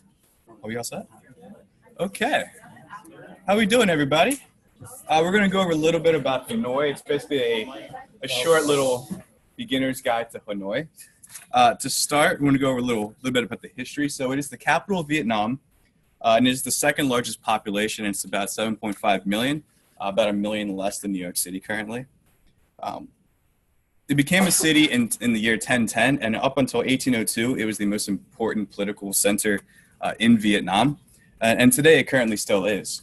In 1873, Hanoi was conquered by the French, and it's really been a city and a country that has been involved with way too many wars, and it seems to always be in conflict. But in 1873, it was conquered by the French, and it became the administrative center of the colony of the French Indochina. In 1945, under Ho Chi Minh, who's considered one of the most influential and most important leaders of the country, under him, they declared the Democratic Republic of Vietnam, which became known as North Vietnam. And this was basically the Vietnamese claiming independence away from the French. And it started either the French Indochina War, which is how it's known in France, or the anti-French resistance war, what is known in Vietnam. It was basically the French versus the Viet Minh, and it resulted in 7 years of conflict, over 7 years, and the Vietnamese were victorious. They utilized guerrilla warfare tactics, which is what they used in the Vietnam War against us, and it proved to be very efficient and very effective. And then after the war, the Geneva Conference split the North and the South at the 17th parallel. It's a pretty cool city because it has 1,000 years of history. And in doing so, it has time to build up its economy recently. And it has a huge cultural impact. But going into the economy, we kind of touched on this a little bit already. But it has the highest human development index. And that index includes life expectancy, education, as well as per capita income. So that's growing very rapidly, very quickly. It has several strong sectors of business. First is industrial, and that includes manufacturing. In terms of trade, exports are one of the most important aspects of business they have currently. We've kind of gone over a little bit already, as well as real estate. In terms of entrepreneurship and innovation, startups are huge. They really want young people who are well-educated that are getting into the universities once they graduate to open their own businesses, to open their own stores. And they're also improving their infrastructure through technology, through social media. They're really working to improve all of that. And of course, they have the fastest growing GDP, and that's what PwC predicted they would have from the years 2008 to 2025. They're going to be the highest GDP growing country. In terms of culture, like we said before, there's 1,000 years of history, which means that they have 1,000 years of living the way that they do. That's the cultural center of Vietnam currently. And recently, there was a focus on preservation of what they already had. Since they've been in so many wars, a lot of landmarks and history is being destroyed, but they're really focusing on preserving it and keeping it the way it is. There's several different landmarks that Brian's going to get into in a little bit, but some of the big ones are the Water Puppet Theater, which is made famous by the first picture up at the top there. There's also an old quarter, which is very traditional, and it'd be a really cool opportunity to get out there and see what Vietnam is, what Hanoi is like. In terms of culinary, there's pho, and Ben Kuhn, I think is how you pronounce it, maybe, hopefully. And it'd be a good opportunity to try some authentic Vietnamese food. I'm gonna turn it over to Brian. Okay, thank you. So Jeff briefly kind of mentioned these, but I'll go a little more in depth. I know, according to our guys, we have a very intense schedule, but I'm sure we could at least get to some of these. So one, which is the one in the middle, which is the Imperial City of Thang Lang. It is a cultural heritage site recognized by the UNEC. Not that far from the hotel. I'll show a picture of that later. As Jeff mentioned, the Water Puppet Theater, it's a massive cultural thing there. That's what like the Vietnamese, the city of Hanoi is known for. It's kind of one of their staple things. The Ho Chi Mausoleum, which is all the way on the top. That's kind of like one of the biggest attractions actually in Hanoi. It's pretty easy to get to, and it's a massive open square. The Hanoi Old Quarter, we'll go more in depth with that later. But basically, it's kind of like Fells Point for Hanoi. Old, but it's full of cultural things, bars, restaurants. We highly recommend that we go there. The Vietnam War Museum, just saying. The Vietnam War Museum, this is one of 7 throughout the country, but the one in Hanoi also is known as the Garden of Broken Toys. There they have downed military aircraft such as a Chinook, B-52, some Hueys, and some old Russian tanks, easy to be on display. The Hanoi ceramic mosaic mural. As Jeff said, the city's over 1,000 years old. About a few years ago, they went to commemorate it. So they built a giant mural, and it is by the Guinness Book of World Records, the longest mosaic mural in the world. And the last one, which is a little fun one, is called Bun Cha Ho Lin. It's a little place to eat in the Old Quarter, but Obama ate there about a few years ago, and they were so happy that they put his table in a nice glass box. And you can now go visit it. So this is just a quick map. This is in downtown Hanoi. There's the Hilton Garden, and the Old Quarter is quickly up there. It's about a 10-minute cab ride or grab, I guess, as we called it. And next we're going to talk about the nightlife. This is all mostly in the Old Quarter. Once again, this is the place to be at night. The big one, which is the one at the top, is the Baho Junction. That's where there's a bunch of shops, little bars. This is where the beers are the 30 cents beers. Highly recommend going there. Legend Beer Hanoi, which is on the bottom, overlooks part of the Old Quarter. It's a little more pricier as it's run by some German people, but also nice. Next one's for you, Tasha. The King's Pirate Pub, one of the top rated pubs in the Old Quarter. They apparently have a nice deal. It's called Walk the Plank. We'll talk about that after class. But nice little thing to look out. The Pub, huge for international tourists, like it. And for the ladies out there, women drink free on Thursdays. Yeah, sure. Wait, yeah, I think we are. And then the last two are just some like small ones. Dragonfly Bar Club, that is like an actual club. And O'Leary Sports Bar is more of like a European pub if you want to watch sports and stuff. And of course, please drink responsibly. And just some last tips. A lot of this was touched on before in class. But Hanoi is also called the Paris of the East, basically because of their French influence. Since 2014, TripAdvisor has ranked it as the top place to visit in the top 10 for the past 4 years. As we also touched upon the weather, the average temperature in May is 81 degrees, but however, with the humid, it's much higher. And it's very rainy. May is the beginning of wet season in Vietnam, so be prepared. Also get ready to haggle. There are no coins. You only have dollar bills in there. They got rid of the coins a few years ago. And petty theft is really only crime unless you don't know how to haggle, because then they might rip you off. But that's not really crime. Any questions? Looks like we'll be going to the Old Quarter. Yeah. Thank you very much.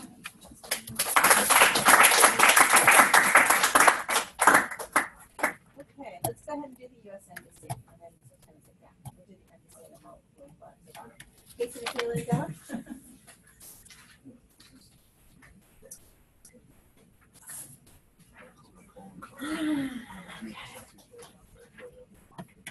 Oh my God. My face. I don't want to see myself right now. Okay.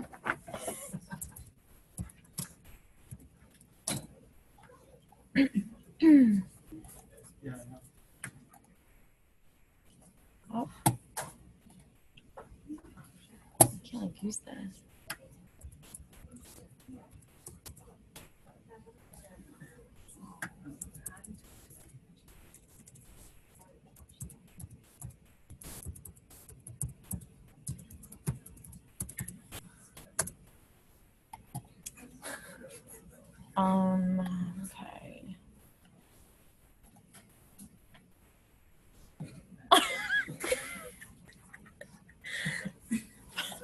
Does someone else want to log in? Yeah, we did. Hey, do you want to log in, Casey? Yeah, I can try. Thanks. See if it'll work.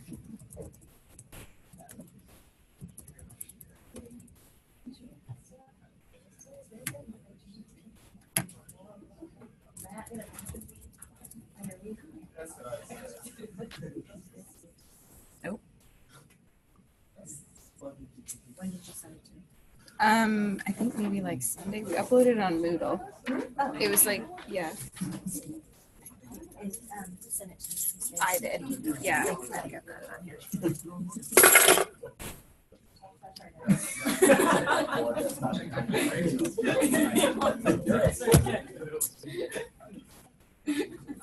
It's too fast.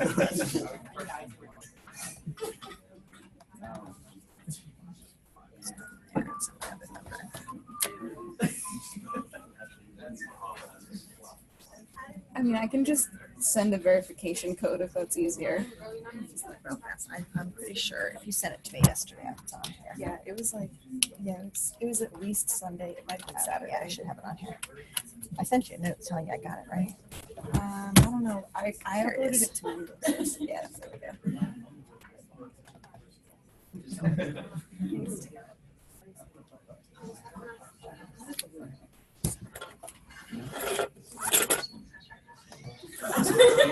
Ready to go. This is what Okay, so hi everyone. Della, Casey, and I will be presenting on the U.S. Embassy of Hanoi. So agenda of today is what is an embassy, what do they do, and then the history of the U.S. Embassy that's currently in Hanoi and the current ambassador of the embassy. So what is an embassy? So in simple terms, obviously, an embassy is a diplomatic representation of a country's government in another country. So has anyone ever been to an embassy here? Oh, a lot of people. Okay. What was like the main reason for you guys going to an embassy? I actually went to the Vietnam embassy last week to get my visa. It's just like an office. But it was amazing. Sarah?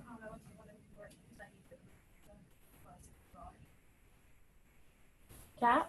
I went to the Spanish embassy. Okay. So I actually went to the Spanish embassy on 2 occasions, and the one in DC. So first I had to get a visa when I went to study abroad. And then in my cross-cultural exchange class, I had to go to speak to one of the ambassadors there. And he gave us a lot of information in terms of what they do, in terms of like embassies, relationships. And so he said that they transmit messages, inform its home government about important political, social, economic, military, and other events, and prepares international treaties and official state visas, as we all know, and then promotes home culture, economy, and science in the host country. Okay, so a little bit of history. In 1950, the United States established diplomatic relations with Vietnam. And then in 1952, the United States opened an embassy in Saigon. In 1954, the Vietnamese nationalists were fighting for full independence. They actually defeated France. And in 1955, the now divided Vietnam entered into 2 decades of the Civil War. The United States, they didn't really recognize the North Vietnamese government, so they sided with southern Vietnam, and they actually ended up going into the war to help the South. In 1975, the United States actually closed its embassy in Saigon and evacuated all embassy personnel just prior to North Vietnam surrender to South Vietnam surrender to the North Vietnam forces. And then in 1995, Vietnam was again reunified with the communist rule, and the United States announced its formal normalization of diplomatic relations with Vietnam again. And then the United States embassy in Hanoi was opened. Okay, so this is the current ambassador. His name is Dan Crittenbrink. He has been an American diplomat since 1994, and on October 26, 2017, he was confirmed by the U.S. Senate to be the next ambassador of Vietnam. And then on November 6th, he presented his credentials to the Vietnamese president. So he's a fairly new ambassador to Vietnam, but he has had multiple assignments in Asia, and he's also had some assignments in Washington. So his longest assignment was in the U.S. Embassy in Beijing, China. He held 3 different offices there. He was a political officer from 2006 to 2009. He was a deputy chief of mission from 2011 to 2013, and he was also a minister counselor for political affairs. And then in between his time in Asia, he also had assignments in Washington. So he was the director of the Office of Chinese and Mongolian Affairs at the Department of State from 2009 to 2011. And then in 1999 to 2000, he was the staff assistant to the Assistant Secretary of State to Near Eastern Affairs. So he's basically been all about Asia since he became an American diplomat in 1994. So yeah, that's it. Do you have any questions about the embassy anywhere? Thank you. Thank you. The embassy is a really good place to ask them about doing business there, how have conditions changed, what's the attitude towards Americans. So we set up the embassy visit up front because they frame what we can expect to see. They do a good job of answering questions as objectively as possible, but definitely tinged with the American perspective. Okay? All right. Email me, call me if you have any questions. In the meantime, watch for a couple of emails with some stuff coming out after today. And have a great week. I'll see you at the airport. I have a question about the gifts. There wasn't another card holder left, so I was wondering if it would be possible to go to an office to get one, just because there's like pretty cultural and everything. Oh, that's a good idea. Yes. Can you do it right now? Yeah, I can do it right now. Walk over to the dean's office and ask for Kirsten. Is that in Salinger? So it's on the main level. So just walk straight into the dean's office, and she's on the right. And ask for Kirsten. Tell her I sent you to get another business card holder.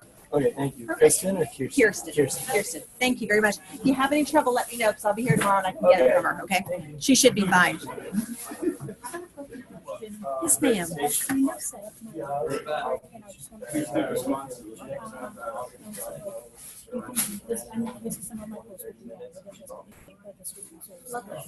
Yes, very nice.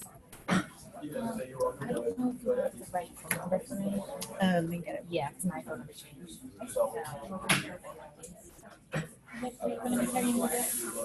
Yeah, I got it.